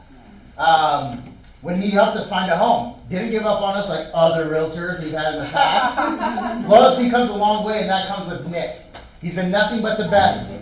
Very friendly, always positive throughout the whole process. If you're looking for a realtor, I'd recommend Nick to everyone I know. Did you share it on social media? Did you share it on social media yet? No, I'm gonna do it right now. Right now. Don't forget to share it, guys. So that's yes. Oh my gosh. So that's Nick. How did you ask them to do that? He actually reached out to me. Because I'm like real cool with him now. So, yeah. Like he would kind He of wanted to help forth, you. and he's like, well, you helped me so much. Like, where can I leave you a review? Like, I really liked how you worked with me. And how, yeah. So he's like, well, just send me something and I'll write something for you. Nice. So what is that? What did you send? What is that you sent? The email that he showed earlier. Yeah, we have our team link, and then he submitted it through there. Where did he send you the review? It goes into command. Command, yeah. Oh, I see. So you send that through command. We send the link. We send an email. The link goes to our website. On the website, they fill out their information and what they want to leave with us, and then that gets imported into command. Oh, I gotta learn that. Yeah. It sounds complicated, but I'm sure it's easy. Yeah. And then someone mentioned video. So this is. Oh yeah. Someone's question was, hey, how did you ask for it? How do you ask for the referrals? Well, first I went to someone that I knew wasn't going to tell me no, right? I fear rejection too, and so I was like, hey, Albert, you bought a house 2 years ago, and we actually never got to sit down and talk about what you thought about the process. Can I interview you? And he was like, really?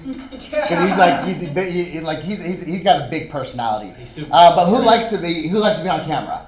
A lot of us get shy and don't like. So he's like, really?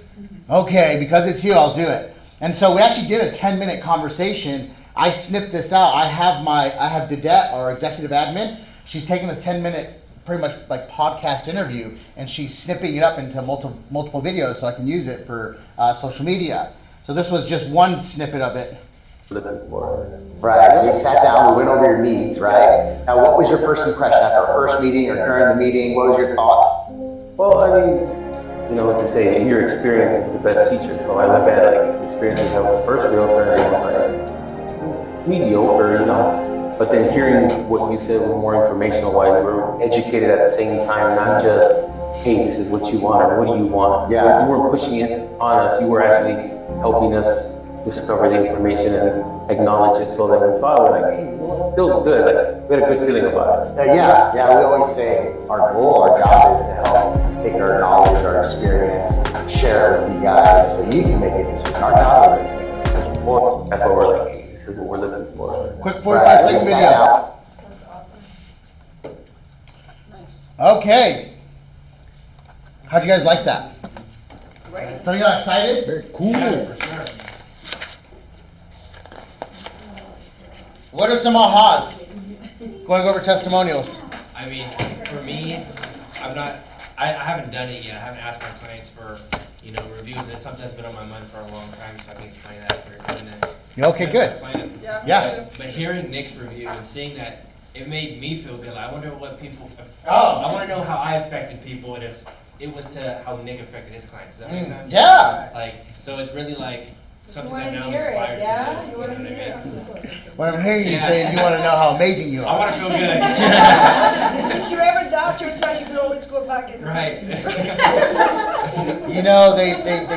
They talk about there's a science to happiness, and we've been talking about it a lot during May Camp and stuff like that. And there's things that you can do to bring happiness. Here's an example.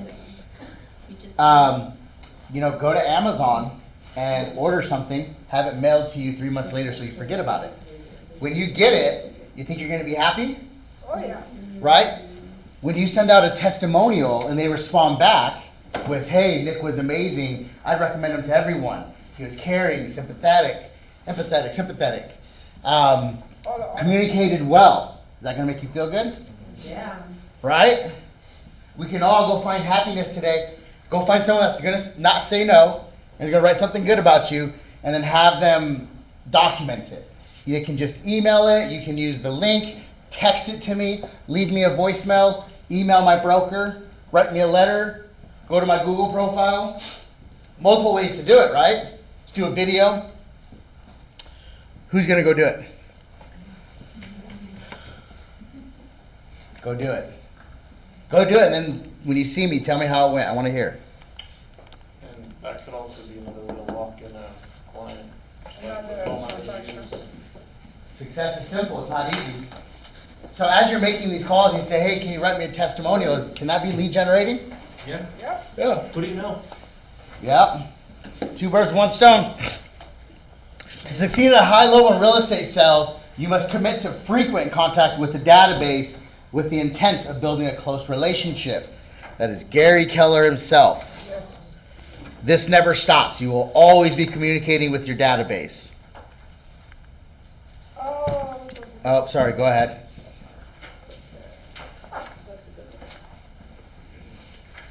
Yes. So look, the way you communicate with your database will depend on whether it's with leads or contacts. And remember that Ignite, we're focusing our attention on relationship building and strengthening with our contacts, our sphere, those whom we have permissions to have conversations with.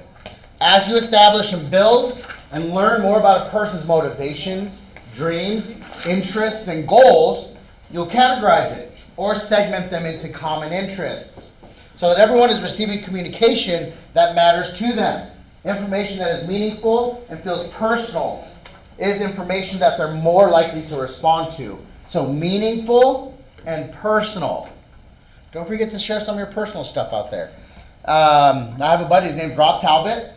He's a realtor. He lives in Tennessee now. Every year I get a Christmas, him and his family, they take a picture. They take a family picture. Rob is in Tennessee now? What's that? Rob Talbot is in Tennessee? Yeah, Rob lives in Tennessee. Oh, wow. Don't tell him I told you. I probably just blew his cover. But he's in both places, in California and Tennessee. But every year, him and a group of people, Ken Mitchell would do it too. Send out Christmas cards. Don't forget to put the personal stuff in there too.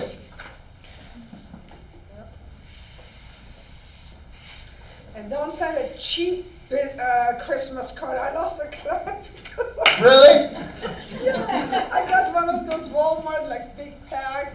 They were like cheap, but I was just sending them out. I was like, I lost a client because of that. I know I lost it. It was like, what?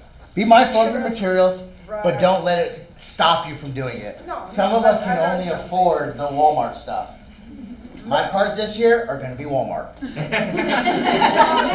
some clients that you're dealing That's with. very should true. Never be That is a- very like true. a That's general. very true. It has to be flashy and.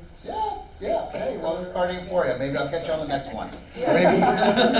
Yeah, I get it. You run your business how you like. I like to play red light, green light. For the MRA book, I got a profit and loss. I got a budget I got to follow. If I can't follow my budget, then I can't continue to run my business. Right. If I don't, you get a card this year, maybe it'll get better as the years go on. I can afford better ones. People can be judgmental, unfortunately. Yeah. So what are some segments that you can categorize your database in? Throw some out there. Hot, cold. Hot, cold, there you go. How about homeowner versus renter? Right. Yeah. Mm-hmm. What about people with children, people without children? Yeah. Vendors. Don't email me child care stuff. I don't got a kid. Right? Send me the camping and fishing stuff. I'll open that. What are some other categories?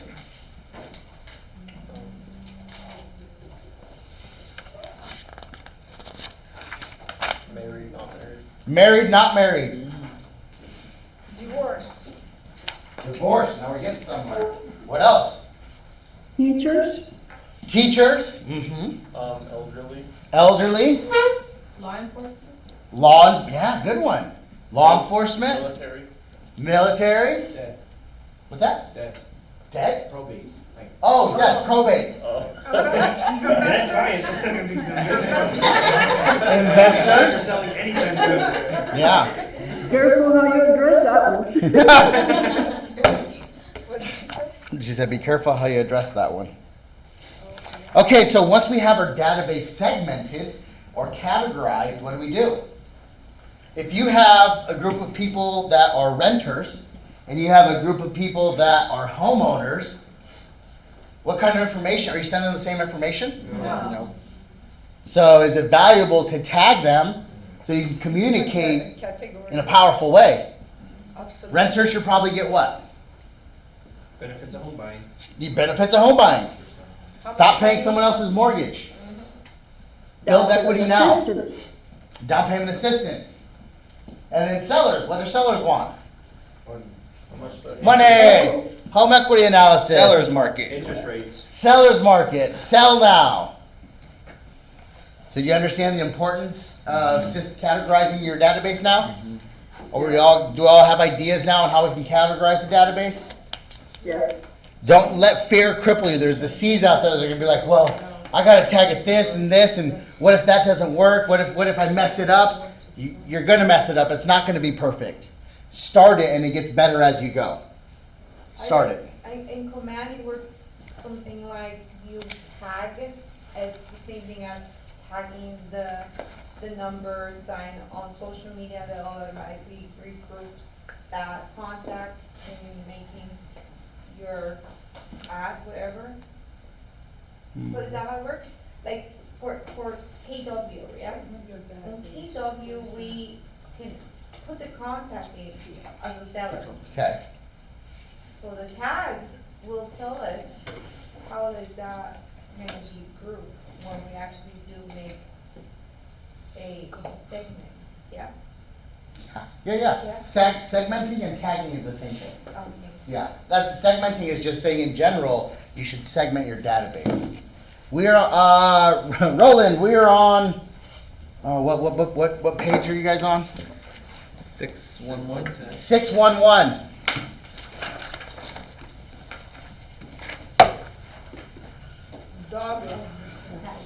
Says people are more likely to respond when the information is sent and communicate directly impacts them. It's important to purposefully segment your database so the target message appeals to them. Keep in mind, this is not set in stone. It's flexible. It'll change as your database grows and your relationships develop. People may belong in multiple segments. They might have multiple tags.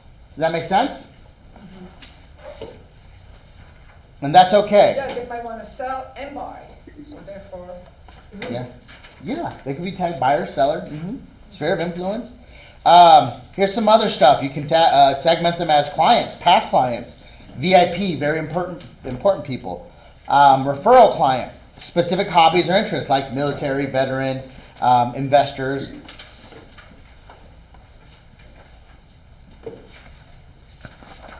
Okay. Golf. Anyone in here golf? Yeah, me too. There's a tournament coming up. You think you can call them and invite them to it? Yeah.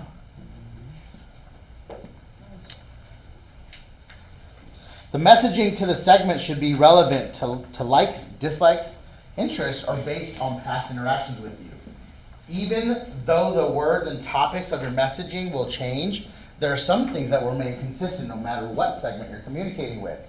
Your messaging matches the motivation of that segment, uncovers if they're ready, if they're able, ready, and willing, and the time frame they're looking to do business in includes a call to action, elicits an immediate response, direct or indirect, tells the person receiving the message how to contact you, and helps the clients know why they should choose you to contact in this market and what they get if they do. So what they're saying is your message will change, but there's going to be some stuff in there that doesn't change. For example, you'll always be matching it to the motivation of that segment. It should help identify if they have a real estate need and what their time frame is. And then it'll have like a call to action. So it'll have something in there like, At the bottom, it'll say, the greatest compliment I can receive is a referral from your friends and family or something like that. Or ask me about an update on the market, or ask me for a free home equity analysis. Ask me about our 72 cash offer within 72 hours. Ask me about interest rates, rate buy downs, rate locks. So you'll have those in there. It'll have your contact information in there as well. Here's some other stuff. Review of golf courses per neighborhood in the area relevant to the geographic location of the people in the segment. I would probably do something like that. Like if I lived by Rancho Vista or in the country club and I was a real estate agent, I would, in my newsletter, put stuff in there about the country club. Yep, the country club or the golf course, Rancho Vista. Market stats in different geographic locations. Based on markets people are moving to and moving from. We do this in our KW Your Way newsletter. Do you guys know what I'm talking about with the KW Your Way newsletter? No. Every Friday, check your spam, because a lot of times they're going to spam. But every Friday, it usually goes out by 9, we send out a newsletter. And in there we have a whole bunch of things. Events for the city, events here in the office. We have the interest rates for the day. And then we also have an Altos report that has market statistics for, I think we do 93551. List of upcoming low-cost vaccination sites or other low-cost pet services. I think they mean like for animals. Oh, yeah, okay. Well, they mentioned pets in the next one, so that's why. Vaccination sites or low-cost pet services, because those are common. Okay. They'll do, they'll set up at like Petco or at just some veterinarian places. They'll do like free vaccinations and free, what's it called when they snip? Neutering. Neutering, spading. They'll do those for free, so you can advertise that. Right. Just give them value, basically. Well, so that's for dog lovers. See? Oh. So yeah, that the vaccination thing was for dog lovers. Investors. That's the market statistics. Golfers, golf. Okay. So let's dig deeper in upcoming. We'll dig deeper in upcoming sessions on both 19 to connect and 36 to convert. Oh, they're talking about follow-up plans. So 19 to connect, when you have a lead, I guess now they call it 19 to connect, meaning it's going to have 19 touches. You do 4 touches, which is a quarterly call. So this is for the year. You're going to call them once a quarter. You're going to email them monthly a newsletter, market report, or video. You're going to, twice a year, promote direct mail, like a magnet, calendar, printed marketing report, and then touch. This is a personal thing. Annual event, party, movie screening, get together, even pop buys. 1, to cement a high value touch that solidifies the relationship you have just established and opens the door for future interactions.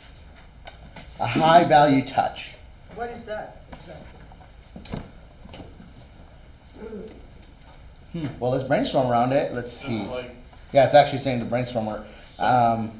Some items of value might be market statistics, preparation checklist for homeowners, real estate forecasting data, schedule of local events and festivals.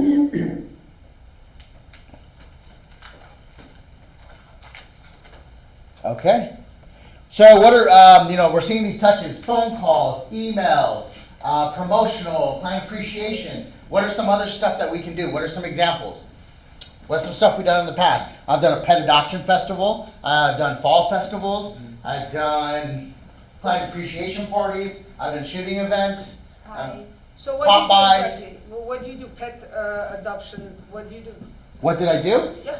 I got like 20 different vendors to donate items to raffle. I spent about $1,000, I think, $800 to $1,000, buying tents, a photographer, games. I had a snow cone machine, a hot dog guy, and pets. So basically, instead of them going to PetSmart on a Saturday, you had them come to your event? I had the Pondo Animal Shelter come. Oh, I see, okay. They brought 40 or 50 animals, dogs and puppies. We had them lined up all along here. The front we had tents, like I got huge tents for the vendors. How did you market yourself in that event? Any way, how? Yeah. Like what forms of, like, I would call people. I would call people and say, hey, look, by the way, Edie, it's been a while. I know you love animals. I'm having a fall festival or a pet adoption festival. I see. You just I do it with invite just, them over. I would do it just for my calls. I see, okay. I would also do it when I'm talking to people in line. Okay. I went across the parking lot, handed out flyers, posted on social media, emailed it, did videos. So, This is before people were even so doing on your videos. flyers, did you have like JD from Callaway and? Yeah. Okay. Yep. It was called Pause for a Cause. Yeah, I might still have it on Facebook. Anyways, You can do. what else? You can like an annual event. You can just like get like jumpers, like bounce houses. Yeah. Like, Is that expensive? yeah. It but could be. Tax write-off. Can you get it for free? Yep. Yeah. Yeah, I mean, Yeah. When us all stars do events, yeah. we only have to pay for about half of it at the most. Right, you have George bring some burritos. Right. You know. Right. Uh-huh. Yeah. So he could also promote his business. Yeah, like the Pause for a Cause. So the beautiful thing about the animal community is they all want to help. So I had leftover raffle prizes.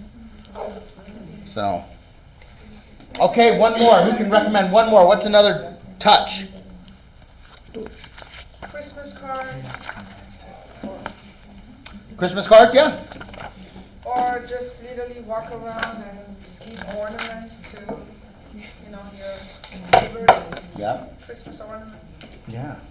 So in order for this to work, JD, we have to have their birthdays, what pets they have, tagged the property, so we can have enough plenty of. So there's something that you mentioned in there that's very key to how I'm going to answer this. You said in order for this to work.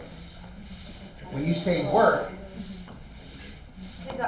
I don't wanna send birthdays, well, but I don't even have their birthday. Okay, so in that scenario, I would say no. If your work is I want to send them a birthday card and I don't have a birthday, then yeah, your system doesn't work.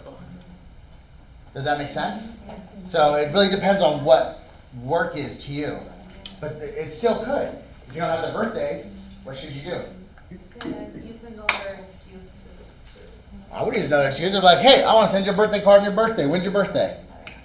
It's a good reason to call them and contact them. Don't be shy. Do you see how a database becomes a data bank when you continually communicate matters of importance to the people? Yep. What naturally happens as you build relationships and continually show value? What naturally happens? You become top of mind.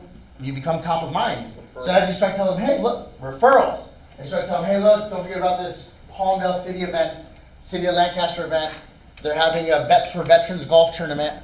JD's doing a Pause for a Cause. Oh, by the way, here's how to get your house ready for winter or for spring. Oh, here's some information on why it's cheaper to buy than it is to rent. When you do that, what happens? You think they're going to give you business? Yeah, people see you as a source of information, which brings value, right? Yeah, brings value. So what happens when what happens naturally when you build a database, consistently feed it, and then neglect the communicating part? Oh, they feel abandoned. Huh? They feel abandoned. They might not think of you as a realtor.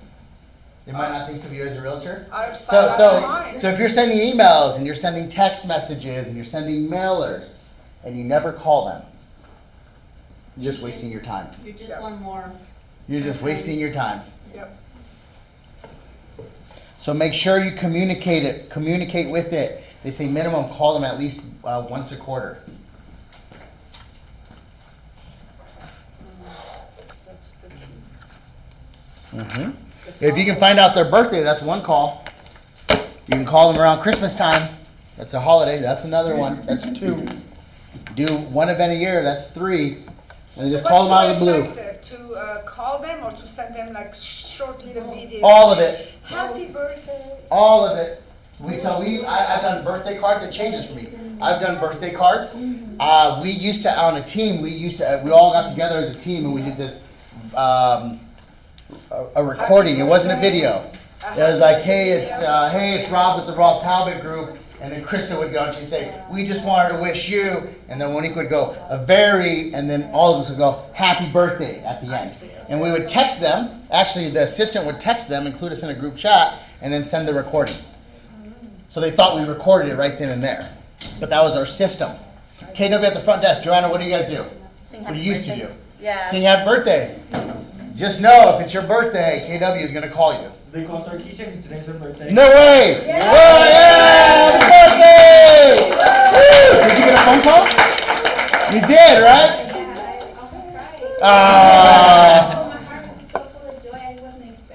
Nah, sweet. I'm glad that happened. Okay, guys. Any ahas?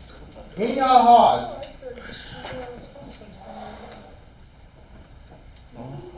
For me, it's just feeding. What's that? So you need some allergy drops. Yeah, well, I was in my garden yesterday chopping wood and stuff, and so my throat's itchy, my eyes are itchy. I feel like a balloon. Does that make sense? Yeah, your sinuses. Yeah, it's not fun, but here I am powering through it. Ahas. For me, it's just work on your database, like really get to all the details. Yeah. Make it happen. Work the database. Get all the details. Definitely. That's the gold mine. Yeah. Yeah. The gold mine is your database. Okay, final part. Yes. Feed it daily. Feed it daily. I love it. Okay. So the last part, the final law, is to service all leads that come your way. This will come in the form of a strong lead follow-up program, which you will get into on day 10 of Ignite. So that, I think, is going to be Friday. Since you'll be getting all the details then, today we'll get you started with the basics.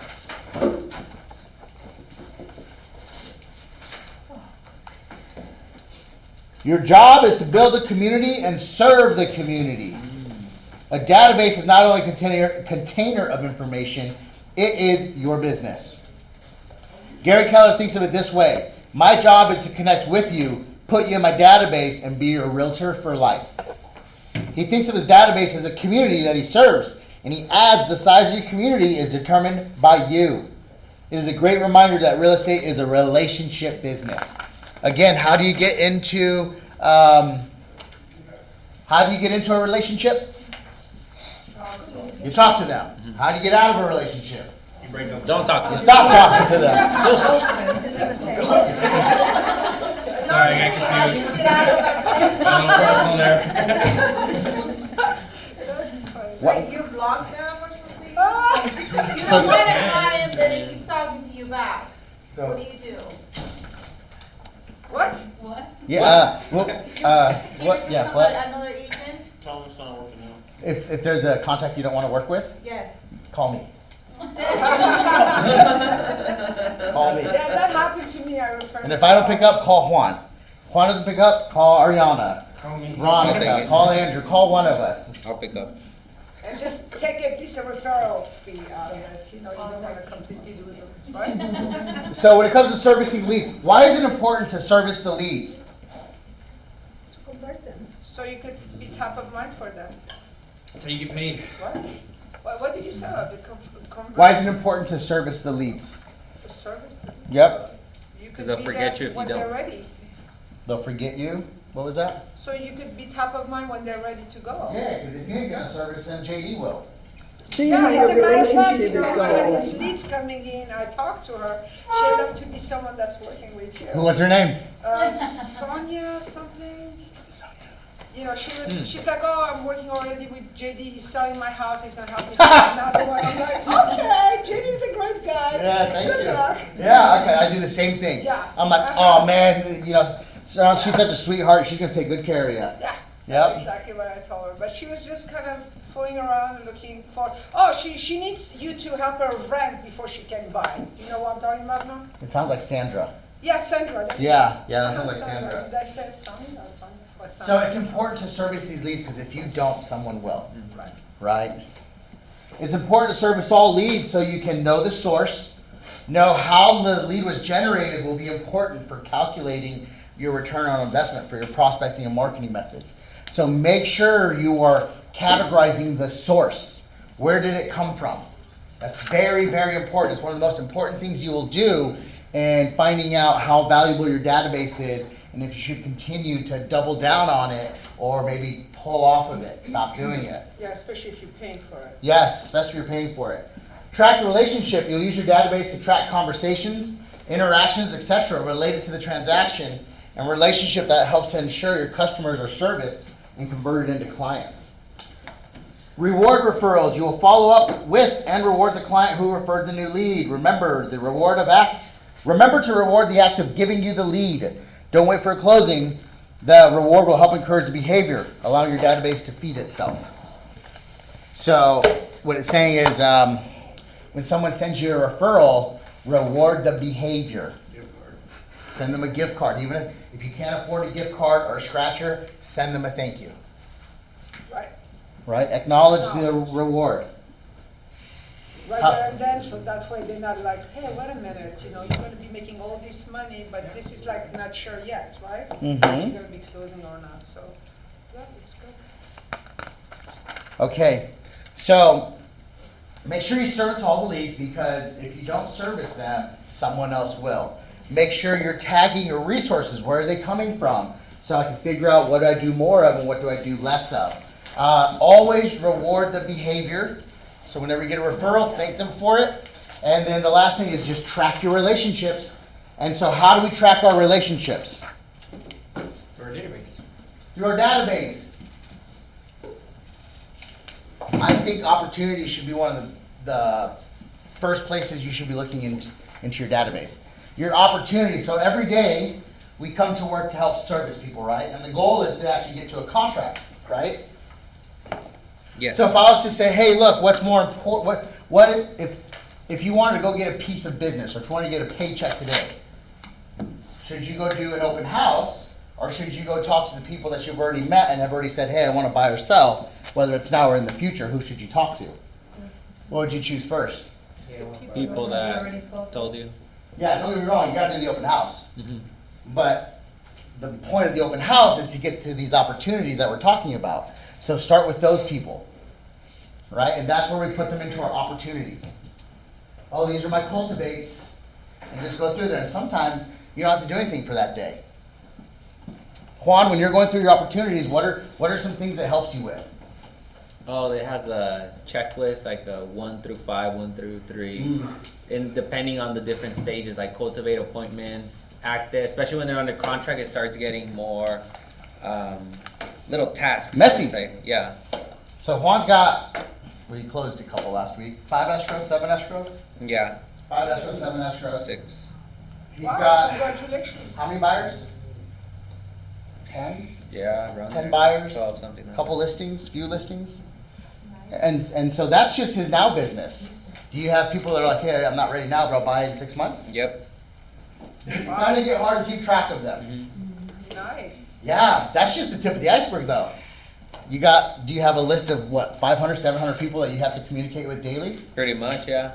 And those are your tasks, right? Yep. Tasks. How long you been doing SOI. this? 3 years, almost 3 years. Something like that. Heading into his 3rd year. So that's why we use these opportunities, because Juan's like, I got these escrows, I got these buyers. I feel for the people that are selling sticky notes and on napkins and stuff like that. You're missing business. You're probably driving yourself crazy, and Juan's getting all the business because he's doing his opportunities. He's got a system. Okay, guys, any ahas on that?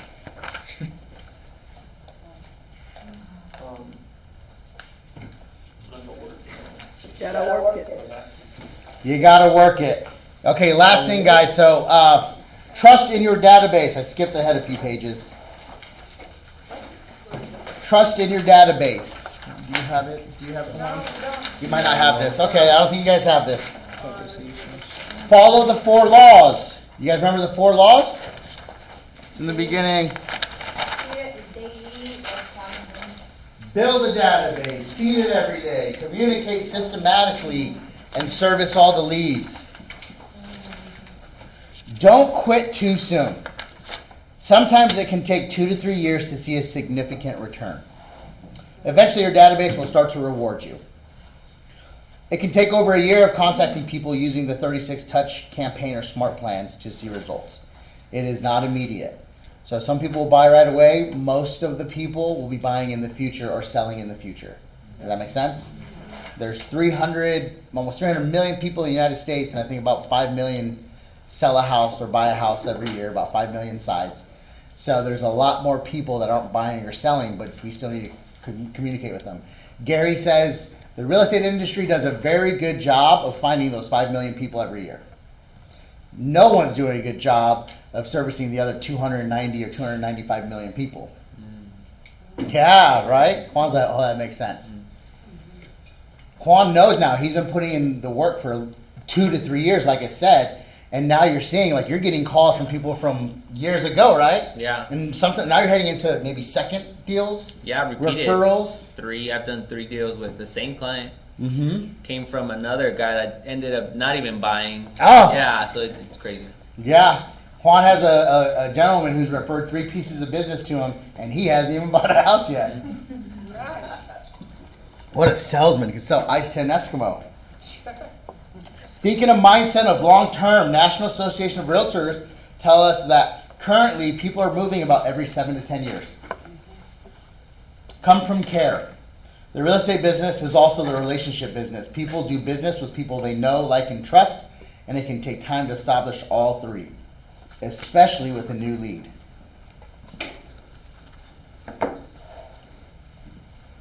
Think about that for a minute, guys. I really want you to, when you start your day, remind yourself that you're coming from contribution. You're coming from service. When I got started in this business, I always felt like I was bothering people. And I was a salesperson. I understood that I am a salesperson, but I'm not necessarily bothering people. That's them. If I bothered them, that's how they're interpreting it. I'm here to provide. I'm here to help. I'm here to save you thousands of dollars. I'm here to help you build generational wealth. Here's an example. There's a guy named Terry. I've bought and sold a few properties with him. Just sold his last one out here. He's up in Oregon now. Still talks to me. He still has real estate questions up there. He calls me all the time. But this last house, before we went on, he's like, I talked to him just to check in. And he's like, yeah, JD, I'm going to get the house ready for selling. I just had a plumber come over here, and he's going to repipe my house for $14,000. And I was like, well, that's awesome that you're going to sell your house, Terry. But $14,000 sounds like a lot of money. And so I was like, let me send my guy over there and let's see what he quotes you at. And my guy ended up going there and he did it for just under $8,000. Nice. Yeah. So I remind myself of that story every day because I'm like, if I didn't call him, he would have spent $14,000. With a simple phone call, I saved my client, my friend, my family, $7,000, $8,000. Is that valuable? Who does that for people? I do. People that care, I guess. Yeah. Come from care, come from contribution. As we wrap up our learning session and transition into our success system, let's do a quick review and capture some ahas. What's the big picture? What is the big picture, guys? Communicate with your database. Communicate with your database. Build it. Feed it. Communicate with it. Without your database, you don't have a business. Without your database, you don't have a business. You're just like, it's not a full-time job without your database. You know? Yeah. It is a full-time job managing a database and managing those relationships. That's the most important thing is manage your relationships, do it in a systematic way. And that database is your business. That's gonna be, you can think of it as the storefront. That database is your business. How's your mindset now? Can't wait to get started? Yes. What are we all gonna go do today? Regenerate. Yeah, but how? Ask for reviews. Ask for reviews? Are you all going to do testimonials? Yep. Let me know how it goes. I'm interested. If we're friends or followers on Instagram, share your testimonial and tag me in it. I want to see it. All right? Or DM it to me. Sound good? All right, guys. Don't forget your daily success system and talk to your accountability partner for earning's sake. You seen that David? All right, Zoom. Have a good one. Bye, thank you. You're welcome.